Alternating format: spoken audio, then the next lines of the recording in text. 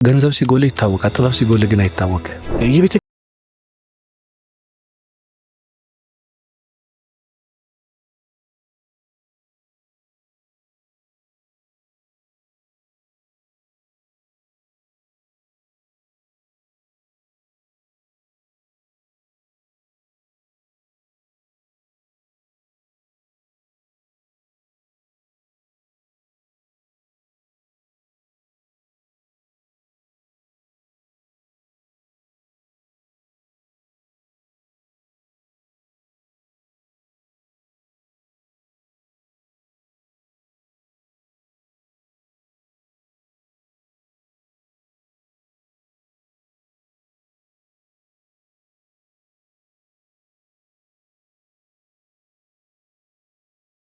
የጓደኞቹን የቤተሰቡን ጣልቃ ገብነት የሚባሉ ነገሮች አሉ።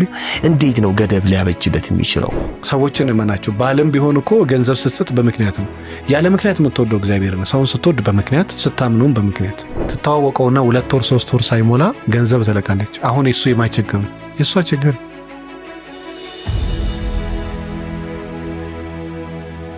ሰላም ጤና ይስጥልኝ። በመላው ዓለም የምትገኙ ውድ የቀንዲል ሚዲያ ቤተሰቦቻችን እንደምን አላችሁ? ሰላም እግዚአብሔር ከሁላችንም ጋር ይሁን። ይህ ቀንዲል ሚዲያ ነው። መርሃ ግብራችን ቀንዲል ፖድካስት ነው። ዛሬም እንደተለመደው በተወዳጅ እንግዳ ወደ እናንተ ቀርብ ያለው ለዛሬ እንግዳ ያደረግኩት የትዳር አማካሪ አሰልጣኝ እንዲሁም መምህር ጸጋዬ አሰፋን ነው። በመሪ ቅዱስ ፋኑኤል ቤተክርስቲያን ሰባኪ ወንጌልም ነው። እንደዚህም ደግሞ ሁላችንም በማህበራዊ ሚዲያ እንደምናውቀው የትዳር አማካሪ ወንድማችን ነው። ብዙ ጊዜ በቀንዲል ሚዲያ የሚተላለፉት መርሃ ግብሮች ነው ብዙውን በነፍስ ላይ ማዕከል ያደረጉ ነው።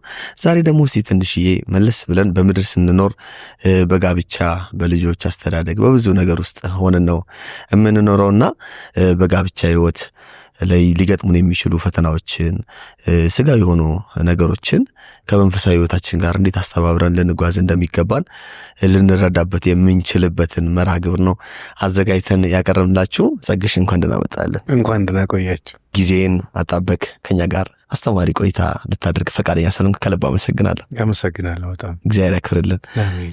መቼስ ብዙ እንሰማለን፣ በተለይ በመልህቅም በትዳር ዙሪያ ዛሬ ሞር በትዳሩ ላይ ነው የምናወራው። በስብከተ ወንጌል ሳይሆን ባንዴ ወደ ትዳሩ መስመር ከመግባቴ በፊት ጥቂት ስላንተ እንደው ስለ ልጅነት ጊዜ ባወራ ደስ ይለኛል። ኦኬ። እና ጸጋዬ እስቲ የልጅነት ጊዜው እንዴት ነበረ? በጥቂት ውስጥ ይነገረን። የልጅነት ጊዜ እንግዲህ እንደ ማንኛውም ሰው እኔ ብዙ ጊዜ ከሰው ለየት እንዳላረገው እጠነቀቃለሁ። ለምን ብለህ ብትል ከወጣ በኋላ ያው ፈተና በዝቶብኛል፣ መከራ በዝቶብኛል፣ እንዲዋጋ ከፍዬ እንጨት ፈልጬ እንዲህ ያደግኩት እንላለንና እንደ ማንኛውም ሰው እኔ ግን ከታች ጀምሮ በቤተክርስቲያን ያደግኩት በጣም የምወደው አባት አለኝ። ወደ 41 ዓመት ጥብቅና የሰራ ቤተክርስቲያንም ያገለገለ በጣም ደግሞ ምስኪን እናትም አለችኝና በጣም ለእናትም ቅርብ ሆኜ በጣም ለአባትም ቅርብ ሆኜ አስቸግሬያቸውም በጣም ደግሞ ክሻቸውም ያለ ልጅ እሱ ነው ብለው እስከሚያስቡ ድረስም ሁለቱም መካከል ለእናቴ የተባረኩ ብቻ ነኝ ካልክ ያው ልትዋሽ ነው። ማንኛውም ሰው የሆነ ሰዓት ላይ እናት አባትን 1-2 ዓመትም ቢሆን ታስቸግራለና በእንደዚህ አይነት መካከል ነው አድጌ ያው እግዚአብሔር ፈቅዶ ደግሞ እዚህ የደረስኩትና ከሌላው ተለይቶ ግን ፈተና ነው አለል። እኔ እንደምለው አንተ ጋም ያለ አንተ እንደምትለው ኦዲየንሶቻችንም ጋር ያነገራል። ሁሉም በተመቻቸ ነገሮች ስሙዝሊ ሄደውለት አይደለም እዚህ ደረሰውና በእግዚአብሔር ፈቃድ እዚህ ደርሻለሁ። በቤተክርስቲያን አስተዳደግም የብፁዕ አቡነ ናትናኤል የቀዳማዊ አቡነ ናትናኤል አሰላ የእሳቸው ልጅ እንደሆንክ ይነገራል። አዎ፣ በነገራችን ላይ ያው የክህነት አባቴ ናቸው እና በጣም የማረሳቸው ውስጤ ያለ የእውነት የአባትነት የሆነ መንፈስ አለ ማተረሳውና አሁን በረከታቸው ይደርብንና ያው እዛው አካባቢ ስታድግ በአገልግሎት እዚህም እዛም ተላለና ኪሎ ሜትሮችንም ሄደ ታገለግላል። ከ1 እስከ 40 ኪሎ ሜትር በእግር ሄዶ እስከ ማገልገል ድረስና ብዙም የተማርኩባቸው ህይወቴን መስመሪያ አሁን ድረስ ሳስበው የሚገርመኛልና እዛ ሰፈር ያሉ አባቶች መምህራን እግዚአብሔር ይስጣቸው በህይወቴ የሆነ መስመር አስይዘውኛል ብዬ አስባለሁና ከታች ከሰምት ቤት ማደጉ እንዳለ ሆኖ ድቁና ከነቱ በነገራችን ላይ ይሄን እኮ ሚዲያ ላይ ሰው አያውቅም። ያቆኑ እንደሆንክ አያውቅም አይደል? በጣም የሚገረመው ብዙ ሰው የጌታ ሰው የጌታ ሰው ያው ብዙ ጊዜ ሱፍን ለነሱ መስጠት ተለምዶ ነው መሰለኝ። አንድ ሰው እኮ አይደለም በጣም ብዙ ሰው እና ሚዲያ ላይ ሱፍ ለብሼ ስለሚያየኝ ያ ፕሮቶኮል ግዴታ ነው። ሜሪጅ ካውንስሊንግ ላይ ስትሆን ሰውየው አንተን ሲያይ ትዳሩ መታከም ገና ሲያይ አውርታ አይደለም እና እኔ እንደውም በጣም ስትረሱ ጎርቶኛል። እንደው በተቻለ መጠን መስመር ለማስያዝ እየሞከርኩ ነው እንጂ የሆነ ዘርፍ ላይ ስትሆን ዶክተር ስትሆን አንተን አይቶ መዳን አለበት አክመው አይደለም። መምህርም ስትሆን ገና አንተን ሲያይ የሆነ የሚሰማው የሆነ ስሜት ሊኖር ይገባል። መንፈሳዊነትም ያ ነው ብዬ አስባለሁ። እና ሰው እንደዚህ ሚዲያ ላይ ልክ ሲያየኝ አልመስለውም። እኔ ሉል ሰገድ ጋር ቀርቤ ነው ከዛ በኋላ ኮመንት ስንት መቶ ሰው እንትን ያደረገው እንዴ እስከሚል ድረስ እንደውም እሱ አንተ አየክ ሰዎች በምን አይን እንደሚያውቅ እኔ ደግሞ የመሰለኝ ቤተክርስቲያን አገለግላለሁ እኮ ጋብቻ ማማከሩም ሳይሆን በፊት አገለግላለሁ ግን እንደዛ አይመስለኝም ነበርና ለካ በጣም ብዙ ሺህ ሰው የሚያየኝ እንደዛ ነው። ከዛ አሁን ቤተክርስቲያን ላይ በተደጋጋሚ እያየውን አንዳንድ የጋብቻ ትምህርቶች በየቤተክርስቲያኑ ማህበራት ላይ እየሰጠን ስንመጣ ሰው ሲያይ እኔ እኮ እንደዚህ አይመስለኝም ነበር። ለያውም ጭራሽ ዲያቆን ነው እሱ አይገርመኝም። ለያውም ደግሞ መምህር ነው ምናምን ይላሉ እና ትንሽ ስቃለሁ። አጥፍቼ ከሆነ ሶሪ ይላለሁ። እንደው መነሻክን ግን ሳስብ መጀመሪያ በመምህርነት ነው እንደ ዘማሪነትስ ነበረ? በጣም የሚገርም ነገር አነሳና አሁን እንደተበላሸው አይደለም። ልጅ እያለው በጣም ድምፅ አለኝ ነበር መሰለኝ 10 ቤት እያለውና መሰለኝ። አዎ ማለት የመቼም ነኝ አትልም ሰዎች ቢሉ የሰጋስተታ ልዩ ነው እዘምር ነበረ። ከዛ ደግሞ ክራር ደግሞ ትንሽ ሞክር ነበር። አዎ ደስ ይላል። አዎ ትንሽ ሞክር ነበር። ከዛ በኋላ ወደ ምን ሄድኩኝ? ወደ ማስተማር ሄድኩኝ። ጳውሎስም ተመሪያውኑ ስላሴም እየተማርኩ ነውና ወደ መምህርነት ሄድኩኝ። ከዛን መምህርነት ላይ ያለው መጽሐፍ ጻፍኩኝ። ወደ 200 ፔጅ መጽሐፍ ጻፍኩና መጽሐፉን ሳየው ትንሽ ማጆሪቲውን ሳጠናው በቃ የመግዛት በዛ ደረጃ ኢንተረስቱም የለውም ሰው ብዛት። ከዛን ዋይናት ብዬ መጽሐፉን ቀናንሼ 30 40 50 ፔጅ አድርጌ በመቶ ሺዎች ያ መጽሐፍ ተሸጠ። ምን የሚል ነበር? የትዳር ፈተናዎችና መፍትሄዎቻቸው፣ የመጨረሻው ዘመን፣ በቃ ብቻ ብዙ መጽሐፍ ወደ 11 ነው 12 መጽሐፍ። ከዛን ስለ ትዳር የሚገርም እዛው ስልኬ እዛ ላይ ስላለ እስኪ የሆነ ነገር አማክረኝ። ከዛ አሁን ወረቀት ለአንድ ሪሰርች ይሄና ላይ ያክላል በቃ ተከምሮ ማለት እጽፋለሁ እኔ ደስ የሚለው ኦኬ እንደዚህ አይነት ፕሮብሌም እንደዚህ አይነት እላቸውና አንዳንድ ነገሮች ነገር እንደዚህ ብትጠቀሚ እንደዚህ ብታደርጊ ብዙዎቹ ደስተኛ ታስታውሳለህ። የዛሬ ዓመት መጽሐፍ ገዝቼ ያማክሬክ ቤቴ ሰላም ሆኖ ከቤቴ ልወጣ ነው እባክህ እርዳኝ ብዬ እንዲህ እሱን ነገር አየሆነ ዋይናት እዚህ ዘርፍ ላይ በተለይ ጋብቻ ጉዳይ ላይ ችግር አለ ዋይናት ለምንድን ነው የአቅሜን እንትን ማለለው ብዬ ሪሰርች ሰራው። ከዛ በኋላ እዚህ ከተማ ላይ እንደው አንድ ትልቅ የሜሪጅ ካውንስሊንግ ኦፊስ ቢከፈት የብዙ ሺህ ሰው ትዳር ማዳን ይችላል። ማሰልጠን ቢቻል ማስተማር ትንሽ ነገር ባለማወቅ እሳት ማትነካው በይዘው ስለምትፈራው አይደለም እንደሚያቃጥል ስለመታቅ ነው። ትንሽ እውቀት ይጠቅማል። እንኳን ብዙ እውቀት ቀርቶና እውቀት ግን ብቻ አይደለም በስለት አዋቂ ሁሉ በሳል አይደለም እና ክርስቶስንም የሰቀሉት አዋቂዎች አሉ እና ሕግ እናውቃለን የሚሉ ናቸው። ባለማወቅ ብቻ አይደለም ያውቃሉ እናውቃለን የሚሉትም ነው። ማወቅ ላይ ብስለት ካልተጨመረ ማስተዋል ልክ ጠቢቡ ሰለሞን አቤቱ ጥበብና ማስተዋልን ስጠኝ፣ ጥበቡ ከማስተዋል ጋር ካልሆነ በስተቀር እውቀቱ ካልሆነ ብቻውንና ከዛ ሪሰርች ሰራውና እውነትም እንትን አልኩኝ። ግን ምን ትላለክ ዛሬ ላይ ብለህ ብትለይ የእውነት ያንተ ስራ ነው ወይ አይደለም? ኢት ኢዝ አ ሚራክል ኦፍ ጋድ የእግዚአብሔር ተአምር ነው የምትለው አለ አይደለ? በቃ እሱን ነው ልል የምችለው። እንደው ግን በጣም ጠልቀህ እንድትገባ ያደረገ የመጀመሪያ እንደው ትውስታ ይኖራል ማለት ይሄን ነገር እንዴ እንደዚህ መፍትሄ መስጠት አለብኝ የሚል ነገር ልትል ይቻልክበት? በጣም የሆነ ታሪክ አለ። ታሪኩ ምን አይነት መሰለ? አንድ እናት አባት ይጋቡና ሁለት ሰዎች 7 ዓመት ልጅ ሳይወልዱ በ7ኛው ዓመት አንድ ልጅ ይወልዳሉ። በጣም በስለት በጣም በብዙ ልመናና ልጅቷን በጣም በመከራ ያሳድጓታል።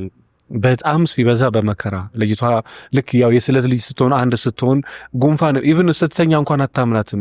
ትንፋሿን ቼክ ታደርጋለና በመከራ ሳደጓት ያችል እያደገች ትመጣና 10 ቤት ትገባለች። በ17 ዓመቷ በቃ ሰው አያስኬዳትም፣ መማር አልቻለችም።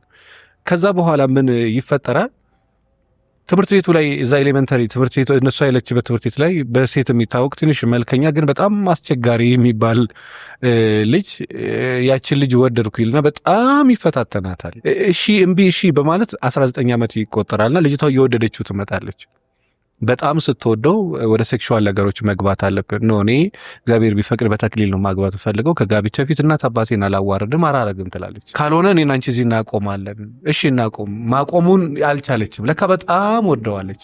2 ዓመት አይምሯ ላይ ሲጭን የነበረው ነገር አለና እናት አባቷ ባህሪዋ ሲለወጥ ምን ሲል በጣም እየተረበሸ ይመጣል።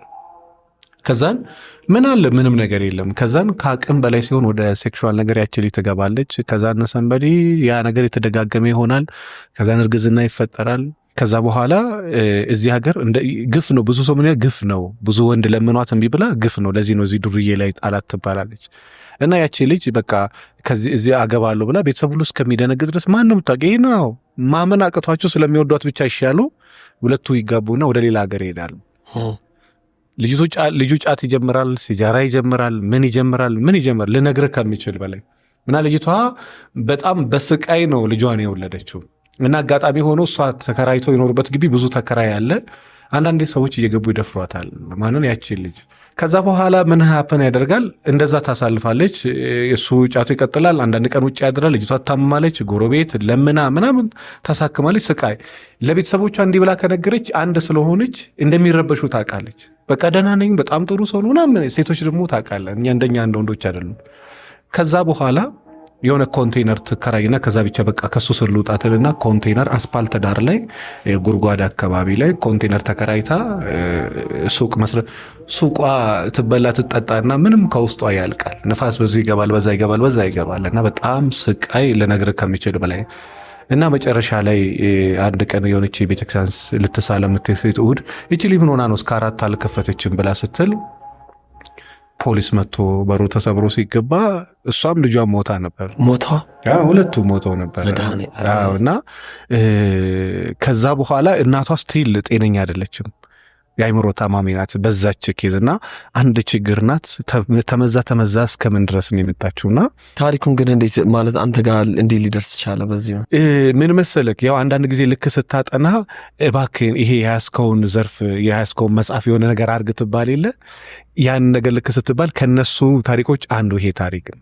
አሁን ለምሳሌ መሰለ ሰው ስለ ጋብቻ ያውቃል ብሎ ሲል አሁን ባለፈው አዳማ ነበርኩና 54 ዓመት በትዳር ኖር ያለው 54ቱን ዓመት እንዴት እንደኖርኩ አንተ የጋብቻ አማካሪ ስለሆንክ ለአንተ ይጠቅማል ልንገር ብሎ ይነግሩሃል።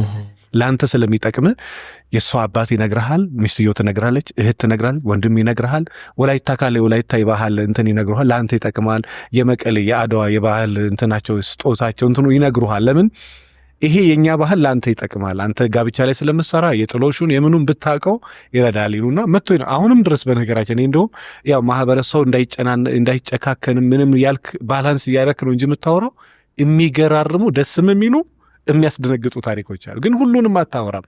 ዋይ ማህበረሰብ መካከል ያው ትንሽ መተማመን እንዳይፈጠር ሰዎች መካከል ሰዎች እምነት እንትን እንዳያጡ የምታውቀውን ሁሉ ካወራክ ሰው መካከል ማዳን ብቻ አይደለም ትገላለህም ጭምር። ያው ብዙ ጊዜ እኛ ለጥሩ ብለን የምናወራው የሚሰማክ ሰውዬ በተለየ መንገድ ካልሰማክ በስተቀር አንተ ይለውጠዋል ያልከው ነገር ሊገለው ይችላል። መድኃኒት እኮ ገሎ ያውቃል። የሚያድን መድኃኒት ሰውዬ ወስዶ ሞቶ ያውቃል። እና እንደዚህ አይነት በጣም ብዙ ታሪኮች ተደራረቡና ማይናት እንደ እግዚአብሔር በእኔ ላይ የሚሰራ ከሆነ አንድ ምስኪን ሴትን ማግዝ፣ አንድ ምስኪን ወንድን ባግዝ፣ አንድ ምስኪን አባቱን እያጣ ልጁን እያጣ ያለ ሰው የሆነ ነገር በደንብ ዲቴል ባጠናና በገባበት የሆነ ነገር አድናለሁ ምናምን ብዬ እንድገባ እንደዚህ አይነት 1000 ነገሮች በቃ ወደዚህ ዘርፍ እንድገባና እንደነገርኩ ነው። ስራው በጣም ስትረስ አለው። የሰውን ጭንቀት ነው የምትሸከመው። በዛ ላይ ሰው ደግሞ ሚዲያ ላይ አንተን ሲያቅ ካንተ ውጭ አይፈልግም። ሳይኮሎጂስቶች ሳይካትሪስቶች ትቀጥራለህ።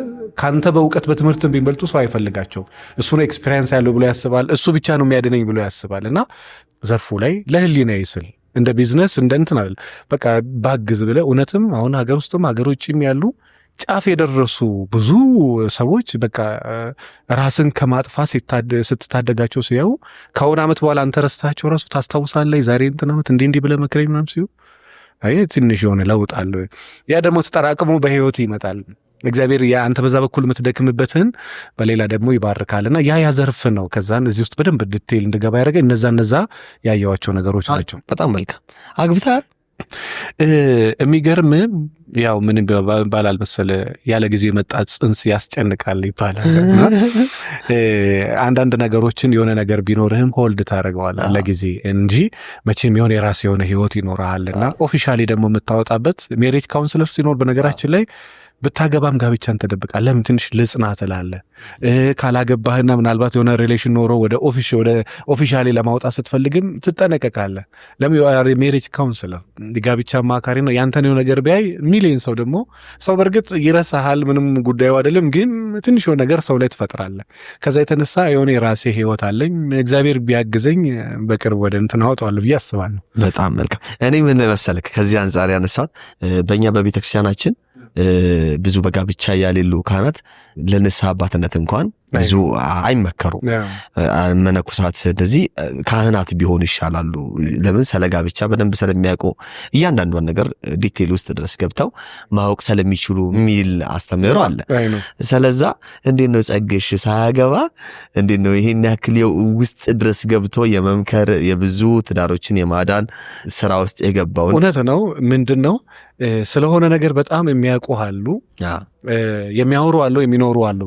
እና የሚያወሩ ሰዎች አስተምሮ ዓለም አትለወጥም የሚኖሩ ሰዎች ከሌሉበት በስተቀር ይባላል። እኔ ያው ምንኩስና ላይ የለውም ያለሁት ምንድነው በጋብቻ ነው። በጋብቻ ኦፊሻሊ በእንትን በቃ እንደዚህ ተጋብተህ እንትን ላይ የለህም። ለምንድነው የሌለክ? ራስን የቻለ የሆነ ምክንያት አለ እንጂ ሳትኖርበት ሪሌሽን ሳይኖር የጠበቀ የፍቅር ህይወት ሳይኖር መከዳትንም መውደድንም መጠላትንም ሳታቅ ሪሰርች ብቻ እዚያ አያቆምም።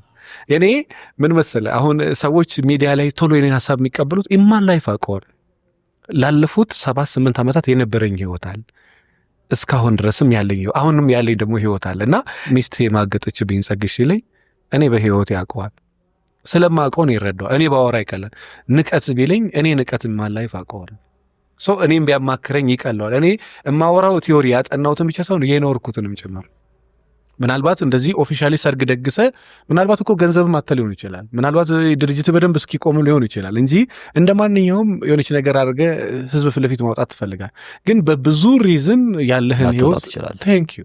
ከዛ ውጪ ግን እውነት የኖሩበት ሰዎች ቢያወሩ ጥሩ ነው ወይ? ምንም ጥያቄ የለውም። የኖሩበት ደግሞ ይረዱሃልም ስታስረዳቸው። አሁን ለምሳሌ አንድን አባት በቃ ንቀቱ አስቸገረኝ ስትለው በሳቸው ህይወት ያቆታሉ ንቀትን።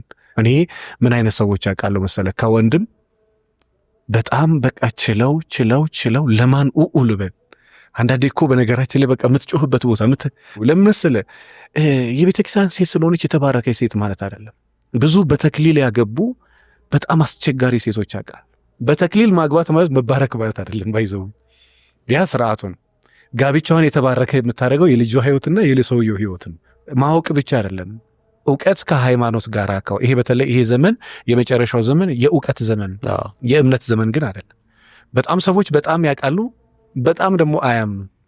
ሰዎች መጽሐፍ ቅዱስ ያውቃሉ፣ ስለ ቁርባን፣ ስለ ተክሊል፣ ስለ ሴክሹዋል ነገሮች የቤተክርስቲያኗ የምኗ ያውቃሉ። የእውቀት ችግር የእምነትና የመኖር መጽሐፍ ቅዱስ ደግሞ ተግባር ታንክ ዩ እምነት ያለ ስራ በራሱ የሞተ ነው ይላል። በተክሊል አግብታኝ ምን ብላ ሰማዩ ምድሩ የሷ ተተናኩ ትባላለች። ባለቤቷ ተቸገርኩ እያለ ነው። አትታዘዝም፣ በጣም ትዕቢተኛ ነች እያለ ነው። ትዕቢትን ግን የምታንጸባርቀው እሷ በቅንድቧ፣ ባካሄዷ፣ ባነጋገሯ፣ በመኗ፣ ባረማመዷ ያንን ነገር ታንጸባርቀለታለች። ስለዚህ እንደዚህ አይነት ነገሮችን በደንብ ዲቴል የሚያውቅ ሰው በህይወት የኖረን ሰው ቢሆን ጥሩ ነው። ይሄ ጋብቻ ደግሞ ሴንሲቲቭ ኢሹ ነው፣ እንደፈለክም አታወራም። ለዛ ነው ሜቢ እኔ ተጠንቅቄ በወንድም በኩል በሴትም በኩል ሳወራ የምታይ። ለምንድን ነው እኔ በእኔ ሰበብ አትሊስት መዳን ባይችል እንኳን በእኔ ሰበብ እንዲወድቅ አልፈልግም። ለዛ በጣም ጠነቀቅ። ዞሮ ምንድን ነው የራስህ ህይወት ይኖልሃል ወይ? አዎ። ጊዜው ሲደርስ ወደ አደባባይ ታወጣለህ እግዚአብሔር ሲፈቅድ። በጣም መልካም። ወደ ሀሳባችን ንግባ። እንደው ጠለቅ ወዳለው ሀሳብ እንደው ከፍቅረኝነት ጊዜ ብነሳ አንድ ሰው ፍቅረኛ ይዞ የእግዚአብሔር ፈቃድ እንደሆነና እንዳልሆነ እንዴት ነው መለየት የሚችለው? መጽሐፍ ቅዱስ እሳትና ውሃ አቅርቤልሃለሁ አንተ ወደ ፈለግከው እጅህን ስደድ ነው። አዎ፣ ግን እሳት ቢሆንስ? መብት ነው፣ ያንተ ምርጫ ነው፣ የሱ ጉዳይ አይደለም። ይኸው ልንገርህ፣ ወደ እሳቱን ብታደላ ያንተ ምርጫ ነው፣ ወደ ውሃውን ብታደላ ያንተ ምርጫ ነው። ያንተ ምርጫ ላይ የእግዚአብሔር ጣልቃ ገብነት የለም። ያንተ ነፃ ፈቃድ ላይ የሱ ግፊት የለም። ለምሳሌ አንተ በጣም የከተማው ቆንጆ ሴት ትወዳለህ። በቃ ዋው ቀዳሚ በጣም ቆንጆ ሴት ነው ያገባው። እውነትም ቆንጆ ነው ደግሞ ከሌላ እንትን እንዳይል እና በጣም ቆንጆ አንደኛ እና ሰው ለማስጨብጨብ ከሆነ በጣም ቆንጆ ሴት ቆንጆ አገባ ቆንጆ ዘር ምናምን ለማለት ከሆነ ያ ያንተ ፍላጎት ነው። እግዚአብሔር አይከለክልም። ያም ሰጥቶሃል። ዓለም ላይ ልንገርህ ሁሉንም ፈጥሮ ጨርሷል እግዚአብሔር። አዲስ የሚፈጥረው ነገር ሁሉ ተፈጥሯል። በነጻ ፈቃድ እግዚአብሔርን ለምነ የወደድከውን ታነሳለህ። ምናልባት እግዚአብሔር የመራክ ደግሞ አንተ ሞዴል ያልካት ሳይሆን ልብ ያላትን መርጦልህ ሊሆን። ለምሳሌ ልንገርህ ኦሪት ዘፍጥረት ምዕራፍ 4 ከቁጥር 4 እግዚአብሔር ወደ አቤልና ወደ መስዋዕቱ ተመለከተ ይላል። ለምን?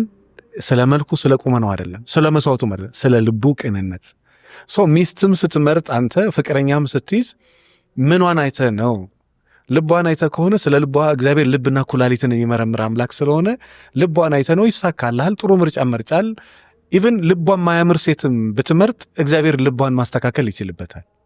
ልቧን ሊያስተካክልልህ ይችላል። ለምሳሌ አንተ መጥፎ ምርጫ መርጠ መጥፎውን የምትጸልይ ሰው ከሆንክ ያን የመገልበጥ አቅም አለ። ልክ የነነዌን ሰው እንደምንለው የሆነች ፍቅረኛ ስትይዝ ምናልባት አንተ ከመንፈስ ቅዱስ ጋር ከሆነ የምትኖረው የምትሰራው መንፈስ ቅዱስ ይመራሃል ወደ ምን ሰው? ወደ በጎ ሰው አካሄድህ ጥያቄ ምልክት የሚፈጥረው አካሄደ ግን ከእግዚአብሔር ጋር ነው ወይ? አንድ ነገር ልንገር ባይዘው ወይ እኔ አሁን ዛትማች ሚስቴ ታዘዘችልኝ አትጨናነቅ ለምስል እንደዛ ምልክ እና አቡነ ገብረ መንፈስ ቅዱስ አንበሳ የታዘዘላቸው እነሱ ለእግዚአብሔር ስለታዘዙ ነው። እና አቡነ አረጋይን ብትል ቅዱስ ጳውሎስን እስከ ሰማይ ቢነጠቁ ለእግዚአብሔር ከታዘዝክ ሰራተኛ አይታዘዘኝም፣ ባሌ አይታዘዘኝም፣ ሚስቴ አትታዘዘኝም አትልም። ባይታዘዙም የእግዚአብሔር ሐሳብ ከሆነ ችግር የለውም። እግዚአብሔርን ግን ከታዘዝክ አልኩ የሚስት ባህሪ ያስቸግር። ዞሮ ዞሮ የሚመራክ ስፕሪት ምንድን ነው? እግዚአብሔር መንፈስ ቅዱስ የሚመራክ ልብ ቅን ከሆነ እግዚአብሔር ወደ ቅን ይመራሃል። ልብ ከእግዚአብሔር የራቀን የሸፈትክ ሰው ስለሆነ ደግሞ አሳልፎ ይሰጣል። በመጽሐፍ ቅዱስ ከኦሪት እስከ ራእይ ድረስ እግዚአብሔር አሳልፎ የሰጣቸው ብዙ ህዝቦች አይተናል። አሳልፎ ይሰጣል። ለማን ይሰጣል? ለዛቸው ይሰጣል።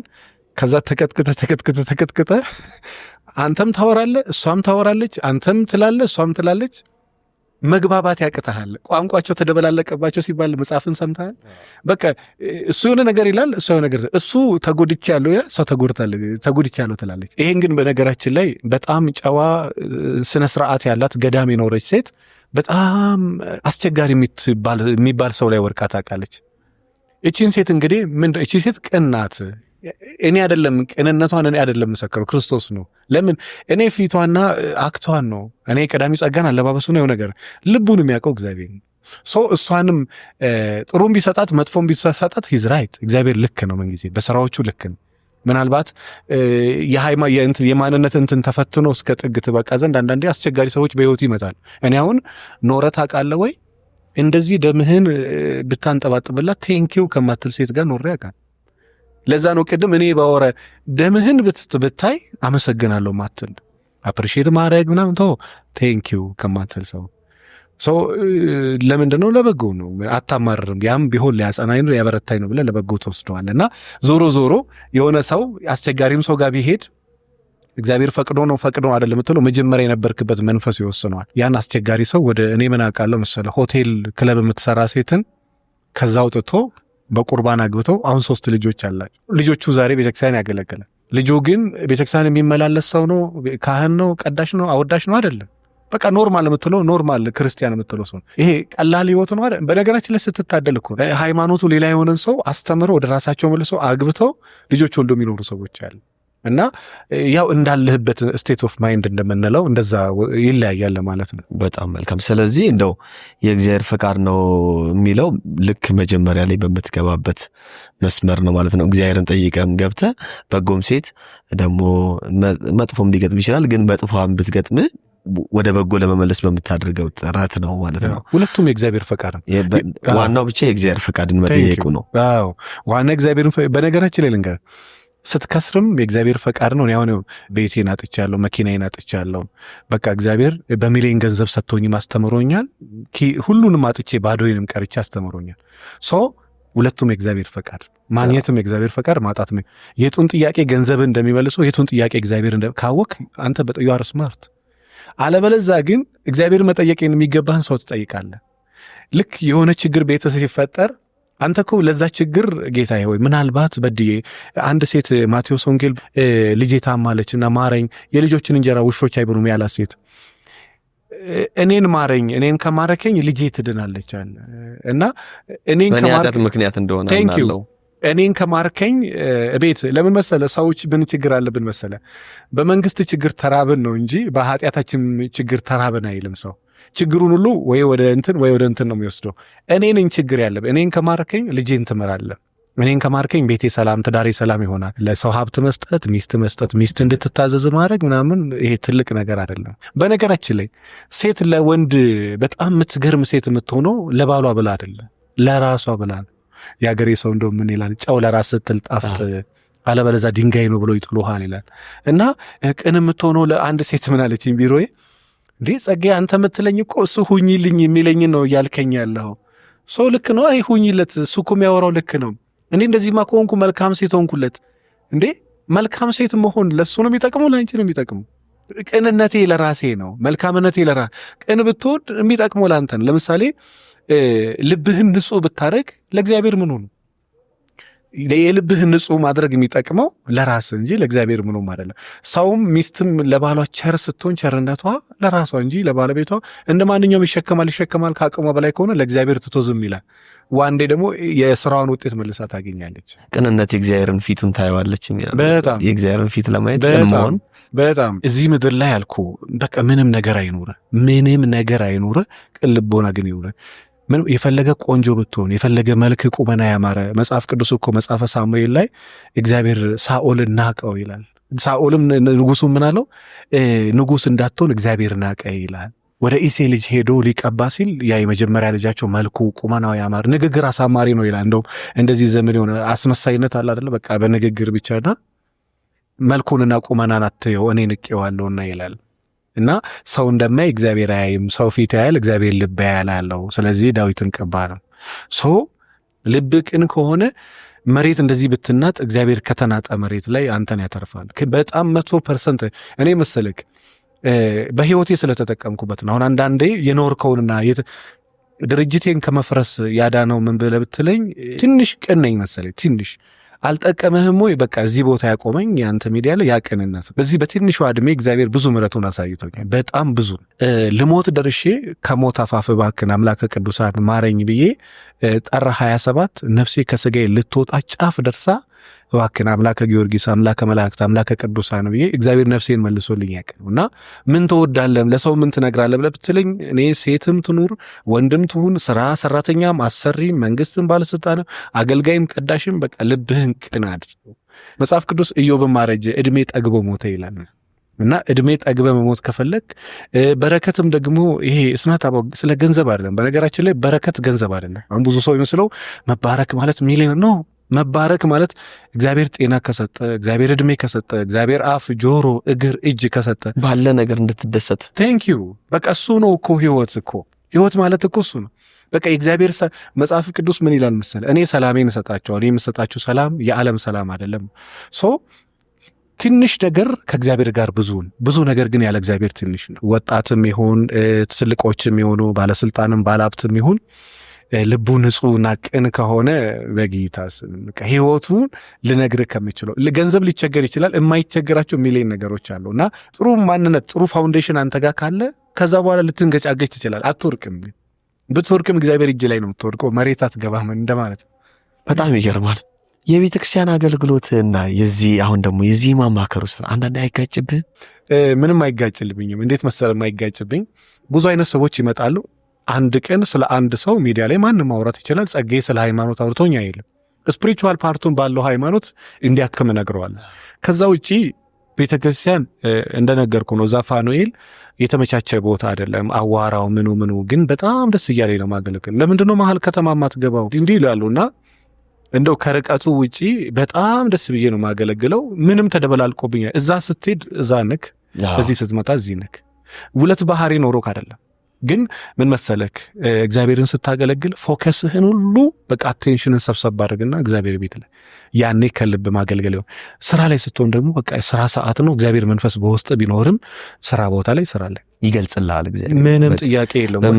አንዳንድ ዶክተሮች እኮ ሲያክሙ ጸሎት አድርገው የሚያክሙ እንደው ግለጥልኝ እውቀቱን ጥበቡን ስጠኝ ብለው ሰርጀሪ የሚሰሩ ዶክተሮች አሉ። ማለት የምትሰራው ስራ መፍትሄ እንዲያመጣ ምንም ይሁን ያ አካል በእግዚአብሔር የሚያምን ይሁን ማያምን ይሁን ግን ካንተ የሚወጣው ቃል ግን እሱ ለሄዶ ኃይል ኖሮት ያንን ስራ ያ ግዳጅ የሚፈጽም መሆን መቻል አለበት ብለህ ትጸልያለህ። እኔ ራሱ እንግዲህ ላለፉት ረጅም ዓመታት ቢሮ ስገባ ሬዲዮ ላይም ቴሌቪዥንም ላይ ሰራ ነበርና ሁሉም ላይ በተቻለ መጠን ቢሮ እንደገባው የመጀመሪያ ስራዬ በሬን ዘግቼ መጸለይ ነው።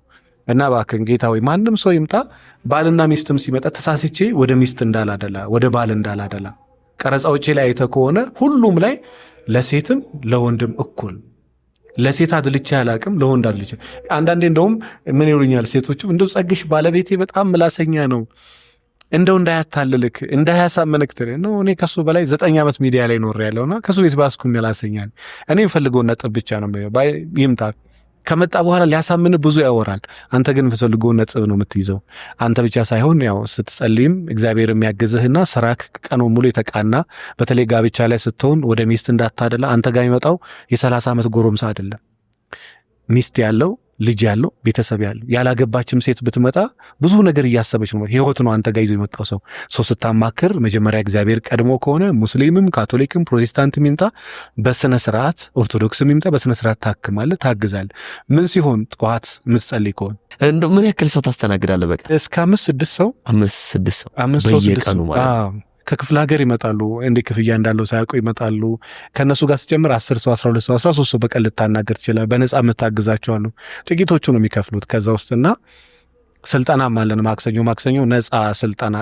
እኔ አሁን ሰው ግንዛቤ እንዲኖረው ትንሽ ነገር በመማር የሆነ ነገር ማዳን ስለሚቻል እንዲማሩ ስለምፈልግ በቤተክርስቲያንም አዳማ ላይም አዲስ አበባ ላይም ብዙ ካቴድራሎች ላይ ጋብቻ ትምህርት እየጀመር ነው። ማህበራት ትምህርቶች የሚገርም ማህበራት ላይ ራሱ ልነግርህ ከምችለው በላይ አንድ ማህበር አሁን ወደ 40 አባላት ያሉታል። ወደ 20ዎቹ ባልና ሚስቶቹ ተጣልተዋል። 20ዎቹን አስታርቀናቸዋል። አሁን ወር አይሞላም። 20ዎቹን እንግዲህ 2 ቀን ነው 3 ቀን ነው የጋበዙኝ። በዛ ሁሉ ቀን ግን በቃ ግማሹ እኔ የሚገርም ባለቤቴ ልፈታ ጫፍ ላይ ለካ ችግሩ የኔ ነው ብለው ግማሹ ተረጋግቶ ዘው ይቅርታ ተባብሏል። ግማሹ ደግሞ አንተ ባለቤቴን እኮ እንደዚህ አታርግኝ ምላት ለካ እሱ የኔ ስህተት ነው በቃ ሶሪ ሚሳን እንዲህ ትተላለፋል። እና ከሞያ አንጻር ሰው ደግሞ የሆነ ነገር ሲነግር ትንሽ መለስ ትላል። እና አለማወቅ ደግሞ መጥፎ ነው። አንተ የትንሽ ነገር የሆነ ማታቅ ከሆነ ብዙ ምን መሰለህ ትዳር ላይ የሚጠፋብህ ማታቀው አይደለም የምታቀው ነው። ማወቅና ማድረግ ደግሞ ይላል። ለምሳሌ ሚስትን መንከባከብ እንዳለብህ፣ ማድነቅ እንዳለብህ፣ ማበርታት እንዳለብህ፣ በቃልም በተግባርም አጠገቧ መሆን እንዳለብህ ታውቃለህ። ግን አታረገው ማድረግ ቴንኪዩ ማወቅማ ማንም ከኔ በላይ 30-40 ዓመት በትዳር የኖሩ ሰዎች አሉ ቁጭ አድርገው ሊያስተምሩኝ ይችላል። የማድረግ ግን ችግር አለ። ማወቅና ማድረግ ደግሞ ይለያል። አስቤ ነበር እኮ ላንቺ ልገዛልሽም ሐሳብ ምንድነው? ሐሳብ ማለት ማድረግ ማለት አይደለም። ቤብ አበባ እንደው አልመች ብሎ ነው ማሰብ ማለት ማድረግ አይደለም። ማድረግ ነው፣ ማሰብ ደግሞ ማሰብ ነው። ስለዚህ በወር አንድ ቀን ለምሳሌ አበባ ይዘህላት የምትሄድ ከሆነ ዋይናት በአመት ስንት ቀን ነው? 12,000 ብር ነው የምታወጣው። የአንዳንድ ሺህ ብር የሚያምር አበባ ብትገዛል። በወር አንድ ቀን ሽቶ ብትገዛለት በአመት 12 ስጦታ ነው የምትሰጣት። በወር አንድ ቀን ይዛት ወጣ ብለህ ንፋሱ ሰጂ ብትላት የማሰብና የማድረግ ችግር አለ። ሌላው አንድ ሀሳብ ምንድን ነው? አንድ ሴት አግብታ በስራ ወደ ውጭ ሀገር ብትሄድና ባሏ እዚህ ባለበት ሁኔታ በፈተና ቢወድቅ ስትመጣ ተጸጽቶ ቢነግራት እንደው መፍትሄው መፍታት ነው ወይስ እንዴት አድርጋ ልትኖር ትችላለች አብራው? መልካም። እዚህ ላይ እኔ አንድ የምለው ነገር በተለይ እምነት ላይ ተሳስተ በሚስት አይን እምነት አትጣ። ይሄን የሚሰሙ ሰዎችም በደንብ አስምረው ቢጽፉበት ደስ የሚለኝ ነገር ሴትም በታሪክ ተሳስታ በቃ ባለቤት አንድ ቀን ምትል ቴክስት ያንተ ስልክ ላይ በቃ ግልጽ ተናገር፣ ግልጽ ሆነን አንድ ቀን ያችን ቴክስት ያየች ቀን ከዛ በኋላ አይሞሯ ጤናማ አይደል። ለምን መሰል ያኔ ወለጋ ሄጃለሁ ያለኝም ለካ ያኔ መቀሌ ሄጃለሁ ያለ ዱባይ ሄዶ ለካ ስልክ የማያነሳው እንዲያርገው ወደ ኋላ ይመለሳል። ምን መሰል እኔ ልንጋባ ወር ነው 2 ወር የቀረን አንድ ልጅ ነበረችና ከራሴ በላይ ነው ማምናት ከራሴ በላይ እና ምን ይሆናል የሆነ ጊዜ ምን እንደ ቀሰቀሰኝ አላውቅምና የት ነው ያለሽው? ቤት ነኝ። እስኪ ቪዲዮ ኮል አድርጌልኝ አልኩኝ። በጣም ተርበተበተች። እምቢ አለች። ነው ዋይናት አድርጌልኝ የት ነህ ስል እንትን ስላልሽ ነው እምቢ አለች። በቃ እኔ መበርበር የጀመርኩት የዛ ቀን ነው። ያቆምኩት መቼ ነው?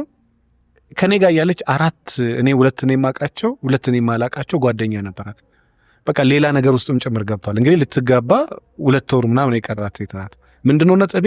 በጣም በምትወዱ በምታፈቅረው ሰው አይን እምነት አንዴ አትጣ። ከዛ ተመልሶ እንደ ትላንትናው ታምነኛለች አትበል። በቃ የሆነ እምነት ነው የሚመለሰው። ያ ግን የበፊቱ እምነት አይመለስም። ብዙ ሰው የሚተወደው ለዛ ነው። በቃ ይቅር በይውና አብራችሁ ኑሩ እኮ ትላለች እኮ የሚከብደው ውስጧ ነው እምቢ የሚልክ በቃ። እና የመጀመሪያው በጣም ቢጠነቀቁ ጥሩ ነው። ሁለተኛ ካልፈለክ አትስትም። አይ ነው ሰው ይወድቃል። ይሄን ምንም ማለት አልፈልግም፣ ግን ሰው ይወድቃል። ግን በተቻለ መጠን ብትጠነቀቅ። በተቻለ ግን ከአቅም በላይ ሆኖ የሆነ ሰው ወድቆ እንትን ይሄ ነገር ከተፈጠረ የመጀመሪያውም የመጨረሻውም ያለ አማራጭ ይቅር በላ አብረህ መኖር። በዚህ ትንሽ ምክንያት ቻሌንጅ በነገራችን ላይ ኢትዝ ፓርት ዋን ኦፍ ላይፍ የህይወት አንዱ አካል ቻሌንጅ ነው። እሱን የማትጋፈጠው ከሆነ በሰውየው በኩል የመጣም ያንተ ችግር ነው፣ በአንተ በኩል የመጣም ያንተ ችግር። አውቆ እያደረገ ከተደጋገመ ያው ስለማይፈልግ ነው። መጽሐፍ ቅዱስም ይመክራል። በቃ በፍቺ ታጠናቃል። ምንም ማድረግ ከቻልክ ግን ትቀጥላል። ነገር ግን ሳያቅ ያጠፋው ከሆነ ይቅር ባልከው መጠን ነው አንተም ይቅር የምትባለው። በዛ መጠን ነው መውደድ የሚታወቀውና ይቅር ብላ አብራ መኖር ትችላለች። ነገር ግን የተደጋገመ ከሆነ እሷ ውጭ ሀገር የሰው ህይወት እሱ አለኝ ብላ እየኖረች ከማገጠባት ከዛ በኋላስ መታመድ ምን ያህል እርግጠኛ ትሆናለች? ለዛ ነው የበፊቱ እምነት አይመጣም ምለ ለዛ ነው። ስለዚህ ማቆም ነው መቀጠል ነው ያለባት ምንም አማራጭ ስለሌለ። ምክንያቱም ትዳር የእድሜ ልክ የህይወት ጉዞ ነው። በቃ የሁለት ሰዎች የነፍስ ቁርኝነት ነው። አንዴ ከገባህበት በኋላ ምንም ማድረግ አትችልም። ግን በተደጋጋሚ ቺት የሚያደርግ ከሆነ በተደጋጋሚ ተሳሳትኩ የሚል ከሆነ ስህተቱን ይለምደዋል። ለምሳሌ አንተ እዚህ ቦታ ፕሊስ ቀዳሜ ይሄ ያንጸባርቅብኛል፣ ወይ ደግሞ ከዚህ ከወደቀ የሰው ስጦታ ነው የሰበርብኝ አታስቀምጥ ካልኩ፣ ወይ ደግሞ ሰራተኛን እዚህ ጋር አታስቀምጪ ፕሊስ ካልካት አንድ ቀን ተሳሳት አድርገ በተደጋጋሚ ካረገች አውቃ ነው የምታረገው እንጂ አንዴ ሁለቴ ሰው ይሳሳታል፣ ተደጋጋሚ ሰው ይሳሳት። ያ ሰውም አንዴ ድል ሰጥቷል፣ ሁለቴ ድል ሰጥቷል፣ ሶስቴ ድል ሰጥቷል። በተደጋጋሚ የሚያደርገው ከሆነ ፈልጎ ነው የሚያደርገው። ሰው ከአቅሟ በላይ ነገ በሽታም ይዞ ስለሚመጣ የራሷን ውሳኔ መወሰን። በጣም መልካም። አንድ ሰው ከጋብቻ በኋላ የጓደኞቹን የቤተሰቡን ጣልቃ ገብነት የሚባሉ ነገሮች አሉ። እንዴት ነው ገደብ ሊያበጅለት የሚችለው? መልካም ጥሩ ጥያቄ ነው። በነገራችን ላይ ምን መሰለ ከ7 ዘርፎች አንዱ እንግዲህ ሶሻል ላይፍ ነው። ሚስት አገባ ማለት ጓደኛ ያስፈልግም ማለት አይደለም። ፖይንቱ ግን በምን መንገድ ነው የሚያስፈልጉ፣ በምን መጠን ነው። አሁን አንዳንድ ሰው ምን ያደርጋል? አብዝቶ ወደ ቤቱ ያስገባል። አንዳንዱ ደግሞ አብዝቶ አስቶ ብቻውን ነው። ኮንዶሚኒየም ቤት ውስጥ እኮ ጓደኛ አያስፈልግም ጎረቤት አያስፈልግም ብሎ ሲዝት የነበረ ሰው ከሰራተኛ ጋር ቤቱ ተቃጥሎበት ጎረቤት ነው ሰብሮ መጥቶ ልጆቹን አዝሎ ሆስፒታል ያደረሰለት። እና ሶሻል ላይፍ በጣም ኢምፖርታንት ነገር ነው። ሰው በህይወት ያስፈልጋል ወይ? ጥያቄ የለም። ግን በምን መጠን ነው?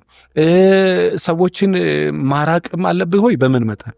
የሆነ ጊዜ ሰዎችን ከህይወት አንድ እኔ ከስተመር አለና ሰው ያስፈልገኝ የሚል ሰው ነበርና ሚስትየው ከስንት ዓመት በኋላ አልፈልግም አለች። ጓደኞቹን የገቡበት ገብተው ገና መፈለግ ነው የጀመረው። ትላንትና ያልገነባኸውን ነገር ዛሬ ከየት ታመጣዋል? ሶሻል ላይፍ ላይም ስማርት መሆን፣ ሜሬጅ ላይም ስማርት መሆን። የእሷ እናት አባቶች ይጠቅመዋል ወደ አንተ ቢመጡ። የሚመጡበት መንገድ ግን በጣም ከብለ መሰለ። በጣም የቆረቡት ትልቅ እናቶች የልጆቻቸውን ትዳር አፋተው አውቃል። ትልቅ የምትላቸው ሰዎች ለስሙ ቆራቢ ናቸው፣ ለስሙ ጨዋ ናቸው፣ ከቤተክርስቲያን አይወጡም፣ ከቤተክርስቲያን አይገቡ፣ የሚገራርሙ ግን የልጆቻቸውን ትዳር በትኖ ያውቃል። እንዴት? ምን አውቃለሁ መሰለ፣ ቤት ውስጥ እናት አብራ ትኖራለች። ሽንት ቤት ተጸዳርታ ውሃ አትጨምርበትም። እናትህ ትንሽ አንዳንድ ነገሮች ላይ ያስቸግራሉ ብላ ስትናገር ባልየው አያምንም። እንዴት እናትህን ስለማትወጃት ነው ስለማትፈልጊያት ነው ይላል። እናትየው የምታደርገውን አያይም፣ እሷ ስለማትወዳት ነው ብሎ ያስባል። ሚስትም የእሷ አባት የሚያደርገውን አታይም፣ እሱ ስለማይወዳቸው ነው ብቻ ብላ ታስባለች። ኢንዳይሬክትም ዳይሬክትም ቤተሰቦች አንተ ፊት ለፊት ሌላ ናቸው፣ ሚስት ፊት ለፊት ሌላ ናቸው። የተባረኩና ጥሩ ከሆኑ ለልባቸው ለክርስቶስ ሲሉ ልባቸውን ንጹህ አድርገው ያቺ ሴት እኮ ያንተ ሚስት ናት። እነሱ እንደ ልጃቸው መቀበል ክርስቶስን መቀበል። እሱ መቀበል የሚታወቀው ሚስኪን ሴት ስትቀበል። ምክንያቱም የእነሱ ልጅም ሌላ ቤት ቁጭ ብላለች፣ ሚስት ሆና ሌላ ቤት እየተረገጠች ነው። እነሱ የሰው ልጅ እዚህ ሲረግጡ የእነሱ ልጅ ደግሞ እዛ እየተረገጠች ነው። እናት ሆና ትልቅ ሆና ልጇ ያገባል። ልጇን እንግዲህ እናት ነች፣ ምንም ልታደርገው አትችልም። የሰው ሚስት ነው የሚሆነው፣ የሰው ባል ነው የሚሆነው። ያቺን ሚስት እንደ ልጇ ማክበር አለባት፣ ልጅቷም ደግሞ እንደ እናቷ ማክበር አለባት።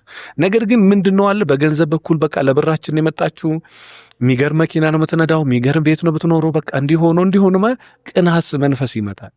ከዛ የተነሳ እህት የወንድሟን ሚስት ረብሻ ታውቃለች፣ አፋታ ታውቃለች፣ እህት ትዳር ገንብታ ታውቃለች። ስለዚህ በጣም ትልቅ የሚሉ ጨዋ የሚባሉ ሰዎች በተቻለ መጠን በተለይ በወንድ በኩል ቢጠነቀቁ፣ ያቺን ሴት ወዶ ካገባ በቃ የሱ ላይፍ እኮ በተለይ ደግሞ ከወለደች በኋላ ዘር ተክታለች።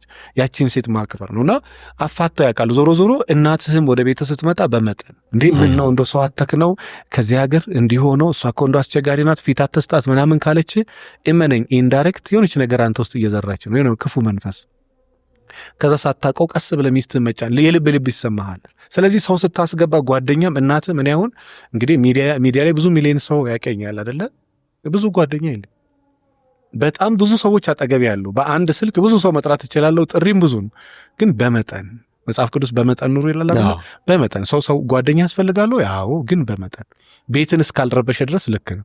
ቤትን እስከሚረብሽ ድረስ ግን ከሆነ እሱ ችግር ነው። በተለይ ደግሞ በቤተክርስቲያን ቃል ተገባብቶ ጋብቻ ሲፈጽም የምንገባው ቃል ኪዳን አለ። መካነች ሰነፈች በማለት ይህንን በመሳሰሉ ጉዳዮች ሁሉ መፍታት እንደማይቻል ቤተክርስቲያን በታቦቱ ፊት ቃል ታስገባናለች። በወንጌል ላይ ቃለ መሐላ እንፈጽማለን። ግን አንዳንድ ጊዜ ከግንኙነት ጋር መጣጣም ባይኖር፣ ሁለተኛ እንደው በጾም ጊዜ እንደዚህ አይነት ነገሮች ፍላጎቶች በጣም ቢቀሰቀሱ እንዴት አድርገው አንድ ሊያደርጉት ይችላሉ? በጣም ጥሩ ጥያቄ ነው። በነገራችን ላይ ዶግማና ቀኖና አለ በቤተክርስቲያናችን እና ለምሳሌ ዛሬ የዓመቱ ገብርኤል ነው። ብታረግም እግዚአብሔር አይቀይም፣ ባታረግም ደግሞ እንትን አይደል። እነሱ ሁለቱ የክርስቶስ አንድ ስጋ ናቸው። መዳኛ ከመጽሐፍ ቅዱስ ከሆነ መጽሐፍ ቅዱስን ትዳኝበታል። ገላ አትከላከሉ። አንድ ሴት ጾም ነው እንዳትነካኝ ካለች ክርስቶስን አከበረች። የዛ ቀን ባለቤቷን እንዳትነካኝ ማለት ክርስቶስን ማክበር ነው አይደለም። የዛን ሰው ስሜትን ማክበር ክርስቶስን ማክበር። መጽሐፍ ቅዱስ ገላ አትከላከሉ ይላል። አንተም ባለቤትን እንዳትነኪኝ፣ አንተ በፈለክ ቀን የምትነካው ገላ የለም፣ በፈለክ ቀን አትንኪኝ የምትለው ገላ የለም። ያንተ ገላ የሚስት ገላ፣ የሚስት ገላ ያንተ ገላ። ገላዋን ከከለከለችኝ የእግዚአብሔርን ሕግ እየተቃወመች ነው። የብዙ ሰው ትዳር የተበጠበጠው በዚህ ሰበብ ነው። በነገራችን ላይ ስሜት ደግሞ አይምሮን የመቆጣጠር አቅም አለ። ሁለት አይነት ፍላጎት አለ። አንዳንዴ ሜንታሊ ሴክሹዋል ነገር ትፈልግና ኢሞሽናሊ ፊዚካሊ ብልቶች ሴክስ ላይ ፈልጉ ይችላል፣ ግንኙነት ላይ ፈልጉ ይችላል። አንዳንዴ ደግሞ ሰውነት ፈልጎ ደግሞ አይምሮክ ላይ ፈልግ ይችላል።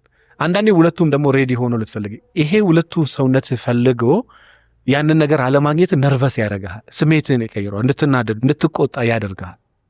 ያንን ስሜት የፈጠረው ማን ነው? እሷ ደግሞ ጤና ከሌላት ካመማት፣ ጥሩ አይነት ስሜት ላይ ከሌለች፣ ድካም ካለባት መረዳት መብት አይደለም ግዴታ ነው። ባለቤት አንተ ቀኑ ሙሉ ሰርተ ማታ ገባ ብለህ ሪላክስ እንደምታደርገው አይደለም። ሴት ልጅ እንደ ሴት የምታሳዝን ፍጡር፣ ሌሊትም ነው የምትሰራው፣ ቀንም ነው የምትሰራው። እንዴት ቴንኪዩ በጣም ወንድ ልጅ ቀኑ ሙሉ ስራ ገብተ ማታ በቃ ሶፋ ላይ ቁጭ ብለህ ወይ መዝሙር ወይ ፖለቲካ ወይ ነገር ልታይ ነው። ሴት ደግሞ ወደ ቤቷ ስትገባ ውጪ ከነበረው በላይ ለሌላ ድካም ነው የምትገባው። እዚጋ ልጅ አለ፣ እዚጋ ሰራተኛ፣ እዚጋ ነገር ማጽዳት፣ ራት ማቅረብ ምናምን ማለት እሱን ጨርሳ አንተ ተኝተ እስከ 5 ሰዓት ሚስት አልተኛች። እኔ ደግሞ ይገርበኛል የቤተክርስቲያን ሰው ከሆነ እስከ 5 ሰዓት ሚስቴ ለምን አልተኛችም ብሎ ገብቶ አያግዝም። እኔ በተለይ በነገራችን ላይ አንተ ጋር በጣም ብዙ ሚሊዮን ኦርቶዶክሶች አሉ ብዬ አስባለሁ። በጣም እንደው ክርስቲያኖች ከሆናችሁ ወደ ጓዳ ገባ ብለህ ሚስትን ደግሞ ሰፖርት አድርግ። እሱ ነው ክርስትና። ባለቤት ትርፉ እሷ ነው። አንተን ያገባችሁ እሱ እግዚአብሔርን ያውቃል ብላ ነው። መንፈሳዊ ሰው ማግባት አንድ ሴት ትርፏ ያውቃል ብላ ነው። በቃ የተሻለ ትሪት ያደርገኛል፣ አልወድቅም፣ አይፈታኝም ብላ ነው።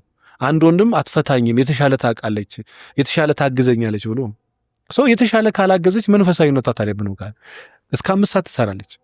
5 ሰዓት ደግሞ ታጥባ ለግንኙነት ደግሞ አንተ ጋር ትመጣለች። ውስጧ ላይ ፈልግም ይችላል፣ ሊፈልግም ይችላል። ደስ እንዲለው ብቻ ብላ ደስ እንዳላት ሴት ተኝታ ለሊት ደግሞ 11 ሰዓት ትነሳለች። እንግዲህ አስበው ስንት ሰዓት ነው የምተኘው? 4 ሰዓት ወይ 5 ሰዓት። እመነኝ ባለቤቷ ቶሎ ደርሶላት እቺን ሴት ካላሳረፋት ከሆነ ዓመት በኋላ የባህሪ ለውጥ ይመጣል እሷ ላይ። ብዙ ሚሊዮን ሰው ቤት ያለው እንደዚህ አይነት በቃ ልጅቷ ከአቅሟ በላይ ሲሆን በቂ እንቅልፍ አለመተኛቷ በጣም ኢቨን እንኳን አንዳንድ ሴቶች አይተኙም ሌሊት። ለምንድን ነው የማተኘው? ሚስትክ ወድ አይደለም ባይዞ አንዳንድ ሰው አይ ስለማተኝ ነው፣ የጤና ችግር ነው፣ ሳይኮሎጂካል ፕሮብሌም ነው። ሚስት ሌሊት የማተኛ ከሆነ ትታመማለች። ከዚህ ከራስ ጸጉሯ እስከ ግር ጥፍሯ ቼክ ልታስደርጋት ይገባል። ልታስተኛት ይገባል፣ ትሪት ልታረጋት ይገባል፣ ደስታዋን ልታመጣ የደስታ ሆርሞናል ያ ነገር ሊመጣ። አለበለዚያ ካልተኛች ከሆነ ዓመት በኋላ እመነኝ ባለቤት ባህሪዋ ሌላ ነው። ከዛን በቃ ተቀይራለች ትላለህ። ተቀይራል ያ ድካሙ ጫናው ምናምን ስትረሱ ይበዛብህና ሌሊት አተኛም። በየትኛው እንትን ትተኛል? ለቤተክርስቲያን ሰው ስትሆን ለሚስት ስሜት መጨነቅም አንድ ዋጋ አለ፣ ምንም ጥያቄ የለው። ያንተን ሆል ለብቻው አድርገኸው መጀመሪያ ሚስትህን ደስታ ነው ብትጠብቀው፣ ከራስ ጸጉሯ እስከ እግር ጥፍሯ ጥሩ ስሜት እንዲሰማት። ጥሩ ስሜት የተሰማት ሚስት ለአንተ ጥሩ ነገር አለበለዛ ችላ ችላ ችላ ችላ በተክሊልን ታግባ የሆነ ሰዓት ላይ በቃኝ ትላለች። አውቀው አይደለም በቃኝ ትል ከሀቅ በቃ መሸከም አልቻልኩም። እንደዛ አብጣ እስክትፈነዳ ግን ለምን ትጠብቃለህ? ቶሎ ደርሰ ትሪት ማድረግ ትችላል። ሳትወርቅ ለምን መሰለህ? ልጅ ያድጋል፣ ጥሎ ይሄዳል፣ ጎረምሳ ለምዳ ትሄዳለች። እድሜ ልክ ከአንተ ጋር የምታረጀው ሚስት ነች። የእሷን ጤና መጠበቅ፣ የእሷን ስሜት መጠበቅ፣ የእሷን አይምሮ መጠበቅ፣ ለእሷ መጨነቅ በቃ ለራስ በጣም እንደምትጨነቅ ያስታውቃል። እሷ ላይ ግፍ ከሰራ አንተ እሷ ቤት ከረገጥካት፣ አንተ ደግሞ መስሪያ ቤት የሚረግጥ ሰው እግዚአብሔር ያስቀምጥላል። ብዙ ሰው ቤት ሚስቱን ይረግጣል፣ እሱ መስሪያ ቤት ይረገጣል። እሷ ቤት ባለቤቷን ትረግጣለች፣ ውጪ ደግሞ እዛ ትረገጣለች። ዳይሬክትም ኢንዳይሬክትም በቃ መጽሐፍ በሰፈርከው ይሰፈርልሃል። ቅን አድርግላት፣ ሳማት፣ እቀፋት፣ ደስ ይበላት፣ በቃ አስደስታት፣ ትሳቅ። በመጠን ግን ይሄ እስክትቀብጥ ራሷን እስክታጣ ነው። በመጠን ማለት ይኸው አንዳንዴ በመጠንም ሲል በቃ ፊት ስጣት ነው አይደለም። በመጠን ስል ጤናማ በሆነ መንገድ ደስ ይበላት፣ ትሳቅ እስከ ጥግ ድረስ። የእሷ ደስታ ያንተ ደስታ፣ ያንተ ሰላም ያለው እሷ ውስጥ ነው። የእሷ ሰላም ያለው አንተ ውስጥ፣ የሁለታችሁ ሰላም ያለው ደግሞ ወደ ላይ። ካልሆነ ግን ሚስት በቂ ረፍት ማታረግ ከሆነ፣ ኩሽና ገብቶ ማያግዛት ከሆነ፣ ትሪት ሰውነቷን ማሳጅ ማያረግ ከሆነ፣ አሁን እኮ እንደ ትልቅ ነገር ይቆርጠራል እኮ ሚስትን አስቀምጦ እጅ ማሳጅ ማረግ ነው እኮ ተራ ነገር ነው። ሰው ነፍስ እየሰጠ ነው። በነገራችን ባለቤት አንቺ ኑሩ ብሎ ልብ እየሰጠ ነው። ሰው ኩላሊቱን እየሰጠ ነው አንቺ ኑሪ ብሎ። ምንድነው መሰለ የምትወደው ጥግ እስከ ጥግ ከወደደች ህይወቷን ሰጣለች። እስከ ጥግ ፍጹም ፍቅር እሱ ነው። አለበለዚያ ግን ገና ባል ለመሆን ራሱ አልበቃ፣ ሚስት ለመሆኑም አልበቃችም ማለት በቃ እስከ ሞት ድረስ መውደድ ከቻልክ፣ ክርስቶስ እንደዛ አለ ቤተክርስቲያን የወደዳት በዛ መጠን መውደድ ካልቻልክ ገና ራስን አብዴት ማድረግ አለብህ፣ እሷም አብዴት ማድረግ አለባት። እና አሁን እኔ ይገርመኛል፣ እግር ማጠብ እንደ ፍቅር ሚዲያ ላይ ይወራል። እግሩን አጥባል፣ ምግር ስናት ቢግ ዲል። እኔ የቀዳሚ ነገር ላጥብ ይችላል፣ ክብሩ ለእኔ ነው። የቲሞችን እግር ላጥብ ይችላል። ምንም ክርስቶስ በነገራችን ላይ ጎንበስ ብሎ የደቀ መዛሙርት እግር ያጠበው ከነሱ በታች ሆናለ። ስለ ትሕትና ስለ ፍቅር ነው። ፍቅር ስታቅ ጎንበስ ትላል። ነፍስህን እስከ መስጠት ድረስ ነው ቃል የገባኸው አንተ። በዛ ደረጃ ቃል ገብተህ በቃ ብትሳጥ፣ ብትነጣ፣ ብትጠቁር አልለያትም ብለህ አልጣመችኝም፣ አልተጣጣምንም፣ በፈለኩ ቀን ሴክስ አታደርግም፣ ጸጉሯ፣ ብብቷ። እሷ ስማርት ሴት ከሆነች በዚህ ደረጃ ለምን ትወርዳለች? የምትጸዳ ሴት ግን ቤትም ውጪም፣ ይሄ ውጪ ብቻ ከሆነች አውቃ ነው ማለት የውሸት ነው። ምን መሰለህ አንዳንድ ሰዎች ከዚህ በላይ ይታጠባሉ። ወደ ታች እነሱና እግዚአብሔር ነው የሚያውቁት። ታጣቢ ሰው ግን ሙሉ ነው የሚታጠበው። ከዛ ውጪ ምናልባት አቋም በዚህ አትቀጥልም፣ እሷም አትቀጥልም። እና ሰዎች ትንሽ ከአንተ ቀድሞ ከወደቁ እኔም ከዛ በላይ ነገ ወድቃለሁ በል ያረጀም ስታይ ነገም እኮ እኔ እንደዚህ ነኝ ይባል። እሱንም አታስብ ከሆነ በቃ ትንሽ እንዲሆን የተዝረከረከች በቃ ትላንትና ራሷን ጣለች የተጣጣምን አይደለም ትላለ። አንተን አላወቅከውም፣ ተደግሶ ቁጭ ብሎላል። ያኔ እግዚአብሔር እንደ ዕድሜ ስጠኝ እሷንም አበርታለኝ ለበጎ ነው ብለህ ካልክ ከጣላት ያነሳታል። ከወደቀች ምናልባት በመልክ በፕሮቶኮል ምናምን ትነሳለች ድጋሚ በአቋም ባለባበስ። እሱም እንደዛው እና አስተምራት። ሴት ልጅ ወንድ ያለ ሊደር ወንድ ልጅ የቤት መሪ ነውና ጥሩ ነገር አስተምራት። በቃ ምንድነው የምታስተምረው? ጠለቂያ ነፍስን እስከ መስጠት ድረስ ሚስትን መውደድ አስተምራት። ከዛን ያወቀችውን ሰው ስራ እሱን ታደርጋለች። ግን የእሱ ቢጤ የእሷ ቢጤ እንትን አስመሳይ ከሆነ እሱን ባህሪ ሳታውቀው ትላበሰውና በቃ እስከ እንትን ነው የውሸት ነው የምታለቅሰው። የውሸት ነው በቃ ምን አደርጋለሁ ልጆቼን ይዛ ነው እንጂ የምትለው እሱን አጥቼ ምን ሆናለሁ አትልም። ሁለቱ ደግሞ የተለያዩ ነገር ልጆቼን ይዤ ምን አደርጋለሁ ምን ሆናለሁና እሱን አጥቼ ምን ሆናለሁ ሰማይና ምድር ይላረቃል። እንደዛ ነው። በዚህ ስራ ስትቆይ ደስ ያለህ ገጠመኝ ምናልባት ያዘንክበትም ገጠመኝም ካለ ብታጫውተ ደስ ይላል። ብዙ ያዘንኩባቸው አይነት እንትኖች አሉ። በምን አይነት ነገር አዝነ ብለህ ብትለኝ አንዳንድ ሰዎች መጀመሪያ ሳያስቡ ነው የሚያገቡት። በቃ እድሜሽ ሄደ እንዲህ ነው ይባሉና ያገባሉ። ወንዱን በቃ ማግባት አለብህ፣ ከዚህ መውጣት አለብህ፣ አለበለዚያ በሽታ አለ፣ ገንዘብን ሴቭ አታደርግም ይባልና ያገባል። ካገባ በኋላ ነው የሚያስበው። እና ሲያስብ ምን አድርጎ ነው የሚያስበው? እሷ አንድ ልጅ ወልዳለች። ከዛ በኋላ ወይ በመልክ ፊት አታደርግም፣ ወይ በቁመና ወይ በሆነ ነገር ይልና በጣም ብዙ ጊዜ ያዝናለሁ። ያቺ ሴት ደግሞ ህይወቴ ብላ ገብታበታለች። ከዛ በኋላ ማንንም ነው ማታምኑ። እንዲህ አይነት ኬዞች በተደጋጋሚ ይመጣሉ። የዛሬ 10 ዓመት ያገባትና ከ10 ዓመት በኋላ ኢኮኖሚካሊ ያድጋል፣ በፊዚካሊ ያድጋል፣ ኢሞሽናሊ ያድጋል። ትንሽ የተወሰነ ነገር በቃ የዛሬ 18 ዓመት ነው የተጋባ ነው አሁን አትመጥነኝም እንዲህ ይላል። ሴቷም እንዲህ ትላለች። ያንን ነገር በጣም ሁሌ በቃ ቢሮዬ ሲመጣ እንዲህ አይነት ኬዝ በጣም የምሰበርበት ነው። ምክንያቱም የሆነ ተጠቅመህበት እንዳሮጌ ቁና ሳይሆን ስትጥል አልገባም እንጂ ነገ ደግሞ አንተ የምትጣልና እሱ በጣም ሁሌ ልቤን የሚሰብረው ነው። ከሚያስቁ ደግሞ በጣም ብዙ የሚያስቁ ነገሮች ቢሮ ይመጣሉ። የሆነ ጊዜ ምን አይነት ከስተመር ቢሮ ይመጣ ስለ ስሜት ላይ እያወራን እየተከራከሩ ነው ሁለቱና እሱ በጣም ግብዴ ነው፣ እሷ በጣም ትንሽ ናትና በቃ የእሱ ችግር አንድ ነው አለች። ምንድን ነው? በቃ ስሜቴን አይጠብቅም። ቆይ አንቺ ስሜት ከየት ነው የሚመጣው አላትና እኔ እንዴት ራሴን ልቆጣጠር? በቃ እንዳትስቅ ሰው የሰው እንትን እየሰማ እነሱ ሲሪየስ እያወሩ እንዴት ነው እንትን። አንድ ጊዜ ደግሞ ምን አይነት ሴት መጣችና ቢሮዬ እኔና ባለቤቴ ችግሩ ጸግሽ ሌላ አይደለም አልተማረም ባለቤቴ ያለች እና በጣም በቃ ችግራችን የኔና እሱ ፈተና ችግር በቃ ሌላ አይደለም በቃ አልተማረም። አይ ይሄ ሊሆን ኖ እሱ አይደል በቃ እኔ የምልህን ስማኝ አልተማረም ባለቤቴ። ከዛን እስከ ስንት ነው የተማረው አልኳት። እንዴ ስድስተኛ ክፍል ነው ያቋረጠው። ምናልባት እንዴት ማድረግ ትችያለሽ ብዬ መጨረሻ ላይ አንቺ ምንድን ነው የተማርሽው ምንድን ነው ያጠናሽው አልኳት። እኔማ በቃ ማግባት አለብሽ ብዬ አገባሁኝ 10ኛ ክፍል ነው ያቋረጥኩት። በቃ አንቺም እኮ ኢንዳይሬክት አልተማርሽም እና ፒኤችዲዋን የሰራች ነው ይመስል። ግን እዛ ቦታ ላይ አሁን አትስቅም ለመሰለ ሰው ታሞ ስለሆነ የመጣው። እኔ አሁን አንዳንዴ ሳቄ ራሱ ይመጣ እኔ ለመሳቅ ቅርብ ነኝ እና እንደውም አሁን ስራው ትንሽ ስትረሱ ምናምን ሲሪየስ እያደረገ የመጣው እንጂ በጣም ሲበዛ ለመሳቅ ነው ቅርብ። እና እዛ ሁኔታው ላይ ሆነክ በቃ ሲሪየስሊ ነው ሰዎቹን የምትሰማቸው። በታሪክ እንዳትስቅ ራስን ግን በጣም ብዙ የሚያስቁ ነገሮች አሉ ወይ ከምነግር በላይ ስቀት አሳስቃቸዋል። ለማመሳሰል ምን ጥያቄ ያለው እና በጣም እንትን አለው። ኤኒዌይስ ብዙ ያላገቡ ወጣት ወንዶችም እህቶችም ይኖራሉ። እንዴት ነው ማለት አሁን ለምሳሌ ልባምን ሴት ማን ሊያገኛት ይችላል ብሎ መጽሐፍ ቅዱስም ይጠይቃል። እንደው ወጣቱን ቢጠይቅ ሴቷም ብትጠይቅ ልባም ወንድን ለማግኘት እንደው በምን አይነት መስፈርት ሊመዝኑ ይችላሉ? ልባም ሴት የምትባለው ምን አይነት ሴት ነች? እንደው ልባም ወንድስ የሚባለው ምን አይነት ወንድ ነው? እንደው በተራ መንሳው ሰው የሚሸወደው ምን መሰለ፣ መጀመሪያ ወረቀት ላይ ቁጭ ብሎ ማግባት ያሰበ ሰው ምን አይነት ሴት ነው የምትፈልገው? ምንድን ነው የምትፈልገው? ሰላምህን ነው የምትፈልገው? መልክ ነው? ቁመና ነው? ምንድን ነው የምትፈልገው? መጀመሪያ ወስን። ቁጭ ላይ ከወሰንክ በኋላ ሰላሜን ካልክ ፊቷን ትተህ ምኗን ማየት ልቧን ማየት ትጀምራለህ። በነገራችን ላይ ኢትዮጵያ ውስጥ በጣም የሚያስደነግጡ የሚገራርሙ ጨዋ ሴቶች እኔ ቢሮዬ ሲመጡ እስከምገረም ድረስ የሚያስደነግጡ ሴቶች። ወንዱ የሚፈልገው ምን አይነት መሰለ? ያለ አቅሙ እዛ ተንጠራርቶ ሰው የሚያጨበጭብላት፣ ሰው የሚዘፍንላት፣ ሰው ምን የሚላት በቃ የወጣ ነገር ያንን ይፈልገዋል። እሱን አግኝቶ ደግሞ ምን ይፈልጋል? ሰላም ደግሞ ይፈልጋል። ሴቷ ሀብታም ወንድ ማግባት ትፈልጋለች። ምንም የሚኖረው ምንም ጉዳዩ አይደለም። በቃ ሀብታም ብቻ ይሁን። ከዛ እሱን ካገባች በኋላ ደግሞ የተባረከን ደግሞ ትፈልጋለች። እሱን አግበታ መጀመሪያ የተሳሳት ከሆነ እኮ 90% ምርጫ ካስተሳሳትክ በኋላ አንተ መኪና የወያኔ ዴክስ መኪና ላይ 100 ሚሊዮን ብር ኢንቨስት አድርግ። በታሪክ መኪናውን ሬንጅ ሮቨር አታረግ። በቃ እሷ ናት። የሆነ ትንሽ ዲኮር ጣል አድርገህ መኪናውን ወደምታምር መኪና ማዞር ይችላል። ለምሳሌ ልባም የሆነ ሴት አለች፣ ፈራ እግዚአብሔር አለች፣ ቅልብ ያላት አለች፣ መልካም ሴት አለች፣ ረጅም አጭር አለች፣ ቆንጆ አለች፣ ፊቷ የሚያምር አለች፣ ልቧ የሚያምር ሴት አለች። ልቧ የሚያምርን ሴት ፊቷ እንዲያምር ማድረግ ትችላለህ።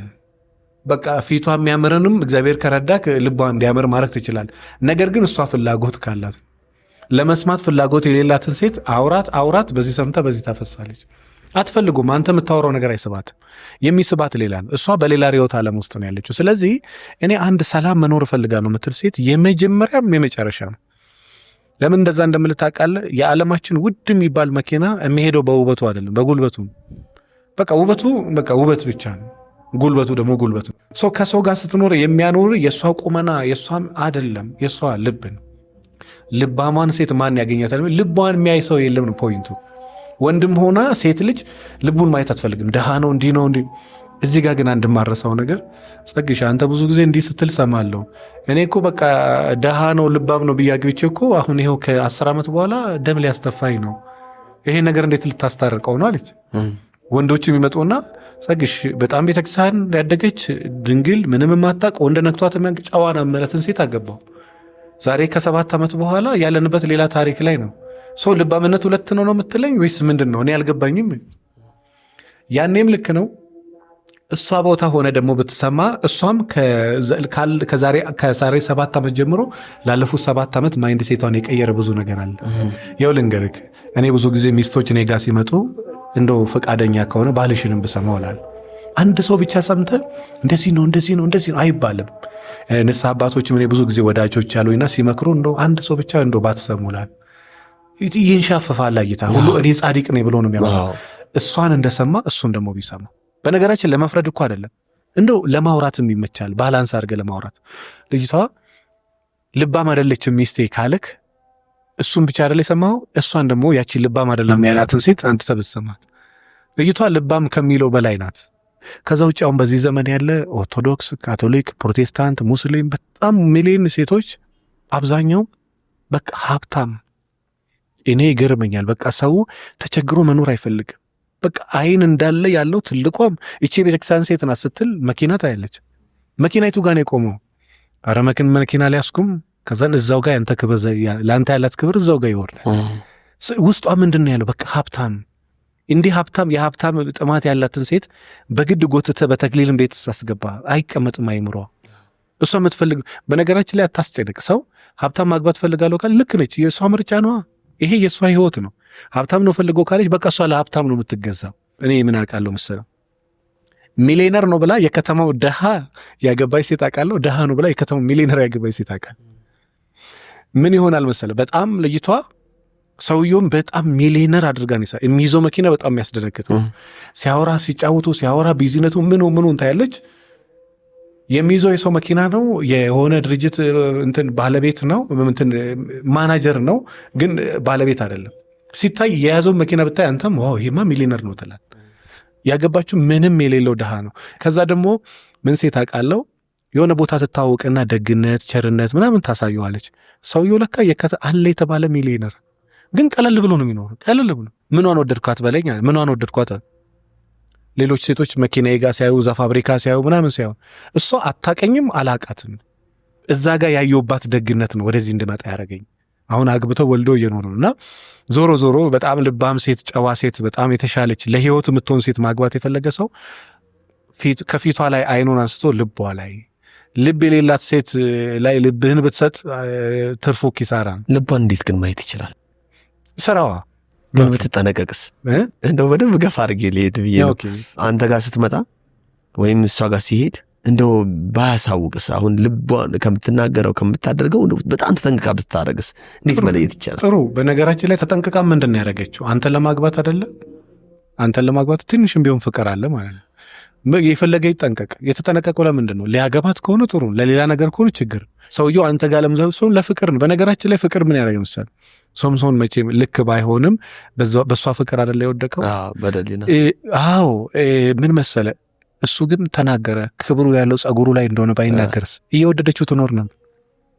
ጌታዬ እንዳለችው ትኖር ነበር። ክብሩ የት እንደሆነ ነገራት። እና ወንድ ስትሆን እንደ መሪ ነው ማሰብ ያለብህ። ሴት የምታስበው እንደ ሴት፣ ወንድ ማሰብ ያለበት እንደ ወንድ። ሚስት ጋም ስትመጣ አሁን እንዲህ ስል ያው ሰዎች በደንብ በተለይ ነገር እንዳይለዱት እንጂ በቃ ወንድ ከሆንክ ወንድ ነው የምትሆነው። ሚስትህን የምትመርጣትም አንተነ የምታሳየው ነገር አለ፣ የማታሳየው ነገር አለ። ይሄ ማለት ስለ ድብቅነት ምናምን አደራ ሰዎች እንደዛ ላይ እሱን ይቀሰቅሳል ነበር። እኔም አሁን ከፍቅረኝነት ሀሳብ ወጣንና ግን አሁን ሶምሶን ስታነሳው ለደሊላ ምስጢሩን ባይነግራት ኖሮ እንደተከበረ ይኖራል አልክ። ሰው እንደተከበርኩኝ ለመኖር ማልነግራት ሚስጥር ሊኖር ይገባል ማለት ነው። አዎ ያው ልንገርክ፣ እሱን አሁን ሰዎች እንደፈለጉ ነው የሚረዱ። ለዛ ነው እሱ መናገርም አልፈልገው። ብቻ ግን ምን አለፈ መሰለ ሁሉ ነገር አይነገርም። ሁሉ ነገር ግን ከሚስት የሚደበቅ ነገር ምንም ነገር የለም። መናገርም ቢኖርብህ እንዴት እንደተናገርከው ነው በጣም ነጥብ ያለው። ዞሮ ወደ መጀመሪያው ሐሳቤ ልክ ስመለስልህ ግን ብታስመስልስ አንተም ፈልጋ ነው የምትፈልጋት ከሆነ ደመነፍስህ ከመራክ ያው እግዚአብሔር ፈቅዶ ሊሆን ይችላል፣ ጸልይበትና አግባት። ካልመራክ ግን የሆነ ቦታ ላይ ራስን ቆም ታደርጋለህ። የሆነ ቦታ ራስን ቆም ታደርግና ከዛ በኋላ ደግሞ ትጠይቃለህ እንጂ በነገራችን ላይ ሰው ዝም ብሎ አያገባም። እግዚአብሔር መንፈስ ቅዱስ በቃ እንዲመራ ይመራሃል መንፈስ ቅዱስ እና ትጸልያለህ። በዛ ላይ ሰው አስመስላም ጠጋ ብትል አንተን ፈልጋ ነው፣ እንደ መጥፎ ነገር አታየው። የሆነ ሰውም እሷን ፈልጎ ትንሽ ቢያስመስልም ፈልጓት ነው እንጂ ሌላ ለመግደል ለማድረግ አይደለም። እና እሱን ነገር በይ ጥሩ ነው። በጣም መልካም። አሁን ሰው በትዳር ሲኖር ብዙ ፈተና ይገጥመዋል። እነዛን ፈተናዎች በተለይ ኢኮኖሚካሊ በጣም አሁን ላይ ባለው ሁኔታ ከፍ ያለ ትዳር የነበረው በጣም ታች ላይ ያለ አንዳንድ መቋቋም የሚያቅት ነገሮች ይገጥሟልና እንደ ጋብቻ አማካሪ እንደ ትዳር አማካሪ በተለይ ደግሞ ይሄ በኢኮኖሚካሊ የሚደክሙ ቤተሰቦችን ለትዳራቸው መናጋት በተለይ ደግሞ ስደት እስከመሄድ ድረስ የሚደርሱ ብዙ እንትኖች መልእክቶችን ይላኩልናልና እንዴት ሊሻገሩት ይችላሉ?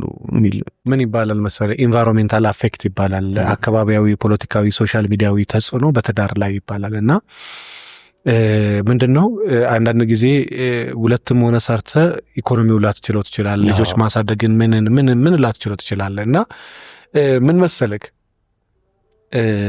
እኔ መለያየቱ ደግሞ ብዙ አሁን እኔ እዚህ ቢሮ የመተውም የመከርኳቸው ፕሊስ ባትለያዩና እዚህ ፋይት ብታደረጉ እዚህ መሀል ከተማ ከተወደደ ወደ ዳር ጠጋ ትላለህ፣ ዳር ከተወደደ ወደ ቦታ ትሄዳለህ፣ ወደ ቦታ ስትሄድ ወደ ሆነ ቦታ ትሄድና ደግሞ የምትሰራበትን መንገድ ትቀይራለህ። አለበለዛ እኔ እርግጠኛ አይደለሁም እዚህ አንተና እሷ ተለያይ አብራችሁ ሰርታችሁ ነገር መስመር ማሰስ ካቃታችሁ አንተና እሷ ተለያይታችሁ ትዳራችሁን ጥያቄ ምልክት ውስጥ አስገብታችሁ በፍቅር በስሜት በአይምሮ በሰውነት ተራርቃችሁ እዛ ሰርታችሁ የማደግ ዕድሉ ይሄንን ለሰዎቹ ልተው። ኢኮኖሚካሊ በጣም ብዙ ሰው በገንዘብ ማጣት ምክንያት ተለያይቷል። ገንዘብ ማግኘትም ገንዘብ ማጣትም ለትዳር ፈተና ነው የምንለው ለዛ ነው። ሚሊዮነርም ስትሆን ችግር ነው። ለምን መሰለህ ሰውነት እንኳን ሲወፍር ትቢት ይመጣል። አውቀው አይደለም አይታወቅህም። እና ምንድነው ገንዘብ ማግኘትም ችግር ነው። አዲስ አበባ ውስጥ ቤታቸው የሚያስደነግጥ የ7 ሚሊዮን ብር ሶፋ ቤታቸው ያለ እዛ ቤት ውስጥ በጣም በቃ የሚገራርም ውድ ዕቃ ያለው የሌለው ፍቅር ብቻ ዕቃም ያለበት ፍቅርም ያለበት ቤትም አለ። ደሃ ሆኖ ደግሞ በድህነት እንትን አቅማቸው ተሳስበው ተቻችለው ተማምነው 24 ሰዓት ራሳቸውን ለማሻሻል እየሰሩ የሚኖሩ ባልና ሚስቶች ያውቃል። እንግዲህ ትልቁ እዚህ ምድር ላይ ትልቅ ሀብት ለምድር ትልቁ ጥበብ ነው። በድህነትም ለመኖር በሀብትም ለመኖር ገንዘብ ሲጎል ይታወቃል። ጥበብ ሲጎል ግን አይታወቅም። በቃ ስራዎች ላይ ግን ይታወቃሉ። ድህነት ላይ የምታረጋቸው ነገሮች ላይ ጥበብ የጎደልክ ሰው እንደሆንክ ስራዎች ላይ ይታወቃል። ጥበበኛ ስትሆን ግን በትንሽ ገንዘብ በብዙ መኖር ትችላለህ። ጥበብ ከጎደለ በብዙ ገንዘብ በትንሽ ነው ትኖር። በትንሽም መኖር አትችልም እንጂ በጣም የሚያናድደው ይሄ ማለት እኔ ኢኮኖሚው በብዙ ነገር ሀገር እየጎዳ ባለበት ላይ እኔንም እየጎዳ ባለበት በዚህ እንትን ላይ እንዲህ ነው ማለት አልችልም። ነገር ግን በተቻለ መጠን ከድህነት ለመውጣት አንድ መንገድ ነው ያለው። እሱም መስራት፣ የሰራውን እግዚአብሔር እንዲባርክልህ መጠየቅ። ከዛ በተረፈ በሰራው እንዴት በጥበብ እንደምትጠቀም እንዴት በጥበብ አስቸጋሪውን ጊዜ እንደምታልፍ በደንብ በማስተዋል በጥበብ መራመድ ነው እንጂ እኔ ምን አውቃለሁ መሰለ በዚህ በኩል ድህነት እያስቸገረኝ ነው ይላል፣ በዛ በኩል በጣም የሆነ የማይሆን ቦታ ላይ የሆነ ውድ ነገር ሲያወጡ ታያቸዋል።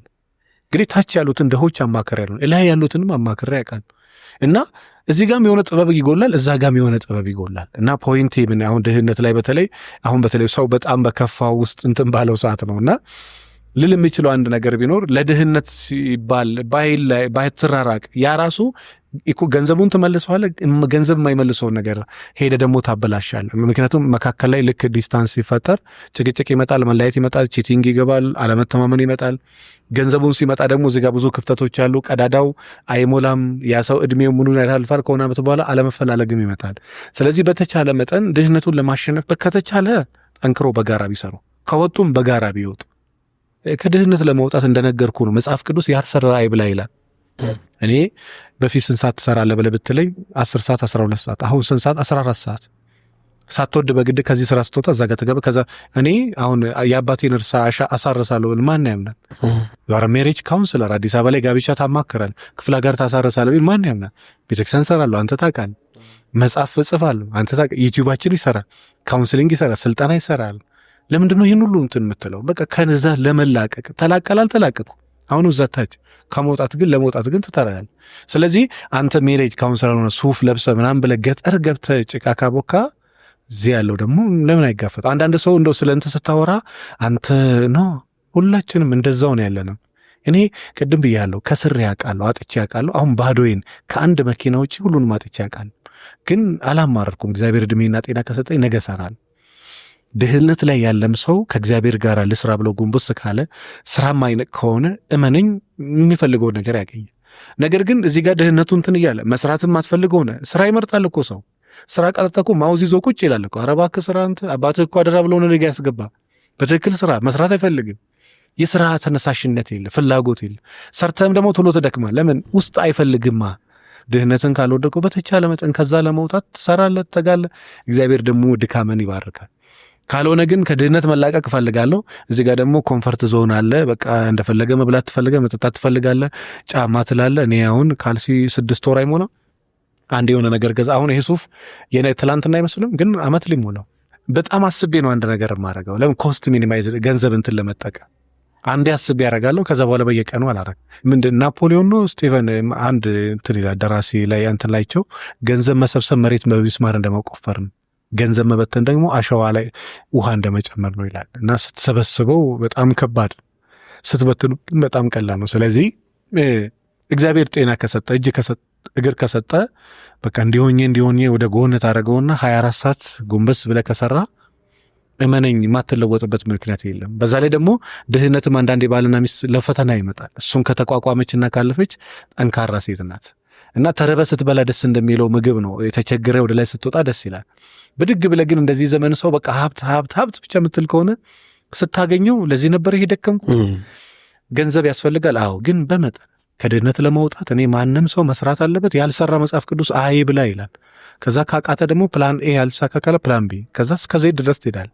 ከዛ በተረፈ አለመለወጥ የዓለማችን ብዙ ሰዎች ተለውጧል። እኛም ማንለወጥበት ምንም ሪዝን አይኖርም። እና ድህነት ለትዳር ፈተና ነው ወይ? አዎ። ማግኘትም ደግሞ በራሱ ፈተና ነው ወይ? አዎ። በጣም መልካም። በመጨረሻ ምናልባት እንደው ምክርህን ነው የምንፈልገው። ተደጋጋሚ የሚላኩልኝ መልእክቶች አሉ በውስጥ መስመር።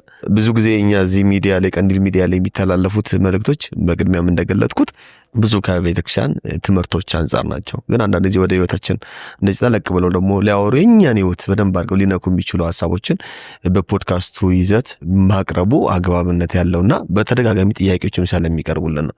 ምንድናቸው ጥያቄዎቹ? የመጀመሪያው የኛ ተከታዮቻችን ከኢትዮጵያ በተጨማሪም በአረብ ሀገራት፣ በአሜሪካ እንደዚህ በውጭ ያሉት ባለቤታቸው እዚህ ይሆናሉ። እነሱ እዛ እየሰሩ ነው የሚኖሩት።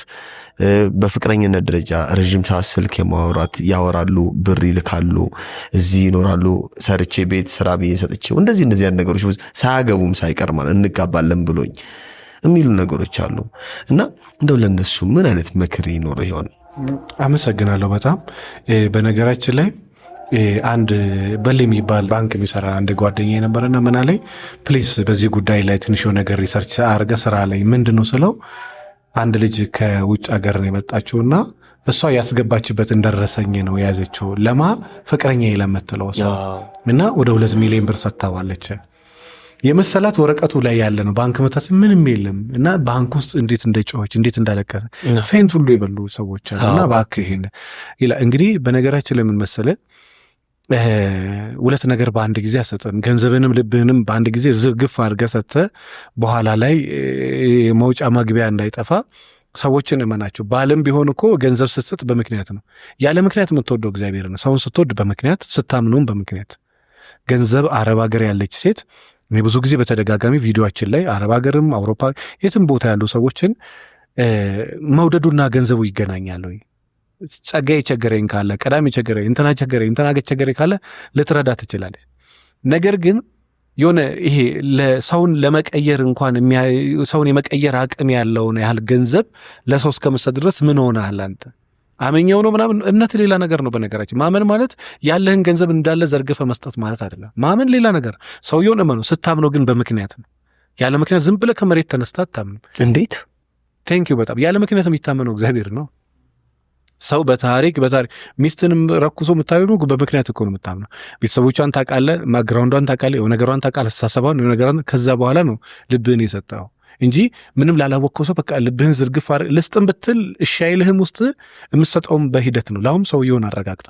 ያም ማለት ግን ሰው ለማመን ምክንያት ፈልጉ ማለት አይደለም። ነገር ግን ልክ እንደ ምን ይባላል መሰለ፣ በጣም ይሉኝታ ቢስም አትሁን፣ በጣም ይሉኝታ የሚያጠቃህም አትሁን፣ መካከል ላይ እንደሚባለው። አረብ ሀገር ለምሳሌ በጣም ልታገባው የደረሰ ፍቅረኛ ቢኖራት ወይ ደግሞ ያገባችው ባል ቢኖራት ሴት ልጅ ለእናቷ ሰታ ተከርታ ታውቃለች፣ ለአባቷ ሰታ ተከርታ፣ ለወንድሟ ሰታ ተከርታ ታውቃለች፣ ለባለቤቷ ሰታ ተከርታ ታውቃለች። ስትሰጥ ባላንስ ብታደርግ የዚህ ዘመን ምን ችግር አለ? ብልህ ሰው ከሰው ይማራል አይደለ? ለምሳሌ አንተ ለእኔ የሆነ ነገር ስትሰጠኝ በሪዝም ቢሆን ምን ችግር አለ? ምን ሆነ መሰለህ፣ መኪናው በጨረታ ሊሸጥበት 70 ሺህ ብር ከፍዬ በጣም አደገኛ ችግር ላይ ነበርኩኝ። ችግሬን ያውቃል። መኪናው በጨረታ ወጥቶ ሸጠዋለሁ ነው ያለ። አትሽጠው፣ ስራበትና ግን ቶሎ መልስልኝ አልኩት። ሰርቶበት በወራት መካከል ብር አገኘ። የኔም በመለስ ፈንታ ሁለተኛ መኪና ገዛ። መኪናው ባሌ ጎባ እየሄደ የ100 ስንት ሺህ ብር ዕቃ ጭኖ ወደኋላ ስትራፕ አድርጎ ተገለበጠ እና የ1 ነጥብ ከምናምን መኪና ነው በጨረታ በኢንሹራንስ 400 ሺህ ብር ነው የሰጠው። ስቲል ብሬን አልሰጠኝም። የሚያሳው መካሰስ ትችላለህ፣ ያው እግዚአብሔር ሰጥቼ ትችዋለሁ። ሌላም እንደዚህ አይነት ሰው አሁን ታረገዋለሁ ግን አላረገው። ሰጣለሁ፣ ትሰጣለህ፣ ሰው ታግዛለህ ካለኝ ለው ታግዛለህ። ግን ይሄ ከፍ ያለ ነገር ከሆነ በምክንያት ከፍ ያለ ነገር አሁን እዚህ ስደይ ማን አለውስ ራሱ ውጭ ሀገር ያሉ ሰርተው ከሚቀመጥ ከቅንነት አንጻር ለምን አናረግም ብለው እሱንም ቅንነቷን ስታረግ በቃ 100% እርግጠኛ ከሆነች 100%ም ደግሞ እርግጠኛ የምትሆንበት ሰው የለም። ከዚህ የተነሳ እንደው ገንዘብና ፍቅሩን ባያገናኙ፣ ገንዘቡን ከከለከለችው የእሱ ፍቅር የሚቆም ከሆነ በቃ የውሸት ፍቅር ነው። በቃ ልክ ገንዘቡን ኖ ስትለው በቃ አልፈልግም ብሎ መሄድ ከሆነ በቃ እሱ ራሱ የውሸት። የእውነት የሚሆነው መቼ ነው? ገንዘቡን ቢያገኝም ባያገኝም ፍቅረኛዋ ነው። ግን አጠያየቅ አንዳንድ ጊዜ አጠያየቁ ምናልባት እንዲሰጣቸው የሚያደርግበት ሁኔታ እንዳለ ይነግሩናል። ቮይስ እስከ መላክ ደረጃ ድረስ ራሱ ይደርሳሉ። ለምን እኛን አሁን እንደዚህ የምንሰራውን ስራ ከልማድና ክርስትናም ከፍታ ነገስትም እንደዚህ የምንሰራቸው በቀንዲል ሚዲያ ትንሽ ቤተሰባዊ ነኮችም ያሉበት ነገር ስለሚኖር እንደው እንደዚህ ብሎኝ ነው እንደዚህ ብሎኝ ነው ያደረኩት ምናምን ብለው እያለቀሱ የሚልኩልናሉ። ያን ጊዜ እንደው ንግግሩ የሚያሳምን አይነት ነገር ይመስላል። በቃ ለትዳራችን ለህይወታችን እንትን እያደረኩኝ ምናምን የሚል ነገሮች ይኖራል። እነሱ ነገሮች ቢሆኑስ ምን መሰለህ፣ ያው ሰጪማ የሆነ ከአንተ የተሻለ ክህሎት እንዳለውማ ምንጭም ጊዜም እርግጠኛ ነው። ሊያጠቃ የሚፈልግ ሰው ምን መሰለህ፣ የድሮ ነገስታትን ከስራቸው ያሉት ትንሽ ሰዎች ናቸው የገለበጡት ይባላል። ማንንም ነገር እዚህ ምድር ላይ እንዳትነቅ። ጠላትም የጦርነት ጥበብን መጽሐፍ አንብበው ከሆነ የትኛውን ጠላት አትናቀው፣ የትኛውንም አውላላ ሜዳ ላይ የሰፈረ ሰራዊት ለጠላት ግልጽ ነው ይላልና ብዙ ጥበቦችን ያስተምራልና ሰው ሲያወራ ሊያሳምን ይችላል። ስለዚህ ሰውየው ካንተ ገንዘብ መቀበል ከፈለገማ እርግጠኛ ሁን፣ ካንተ የተሻለ ክህሎት አለ፣ ኤክስፔሪየንስም አለው። እንዴት እንደሚያሳምንም ስስ ፓርትንም ያውቃል። አሁንም እየሰሩ ያሉ ሰዎች እኔ ለምን ትጣላል?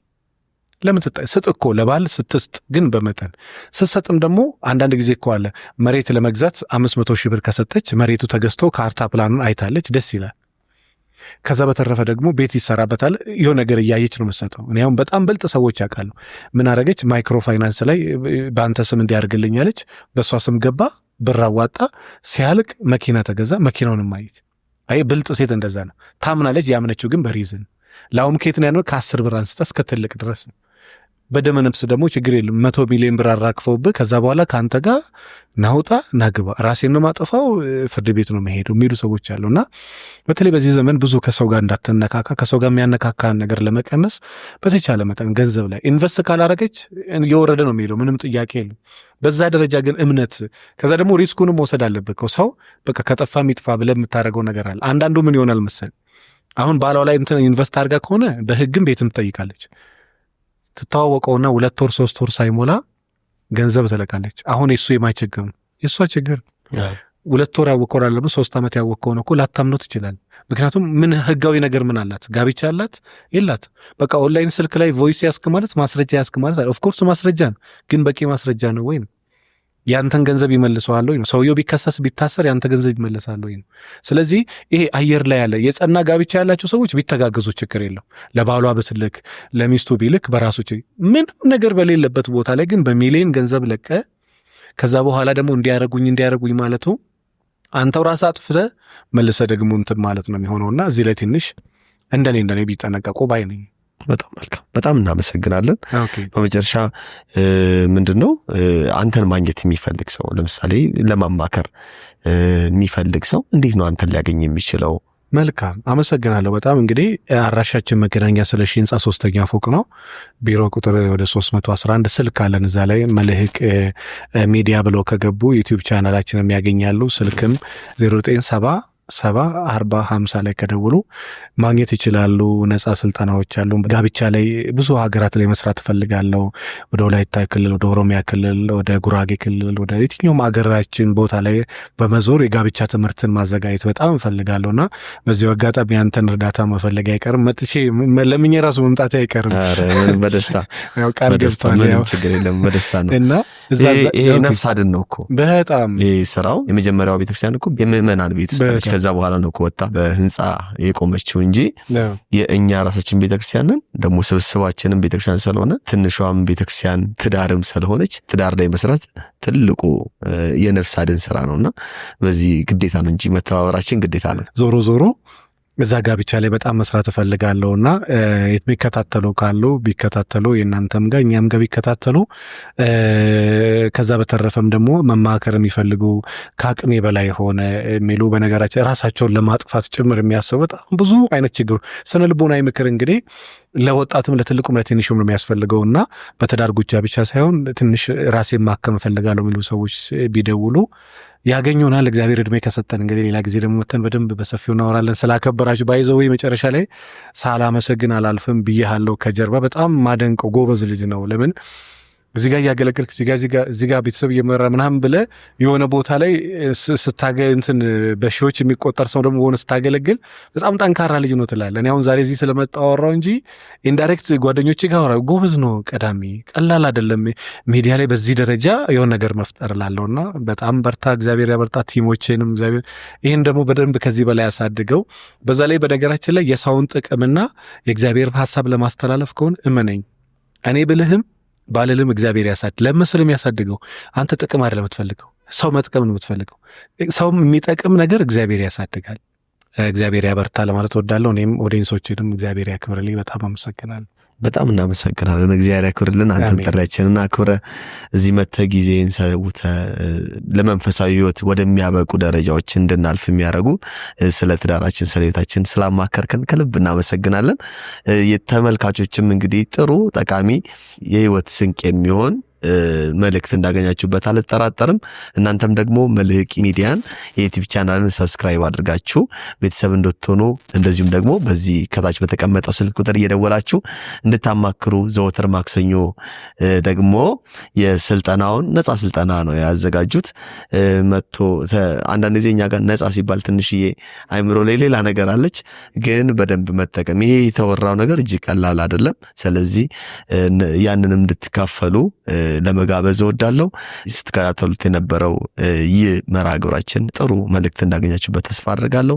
የቀንዲል ሚዲያ መርሃ ግብሮችን ከሳምንት እስከ ሳምንት የሆኑት እንድትከታተሉ እንደዚሁም ደግሞ ይህንንም መርሃ ግብር ለሌሎች ሼር እንድታደርጉ ላይክ እያደረጋችሁ ለሌሎችም እንድታደርሱ ቻናሎቻችንን ሰብስክራይብ አድርጋችሁ እንድትከታተሉ ለመጋበዝ እወዳለሁ። በሌላ እንግዳ እስከምንገናኝ ቸርን ሰንብት።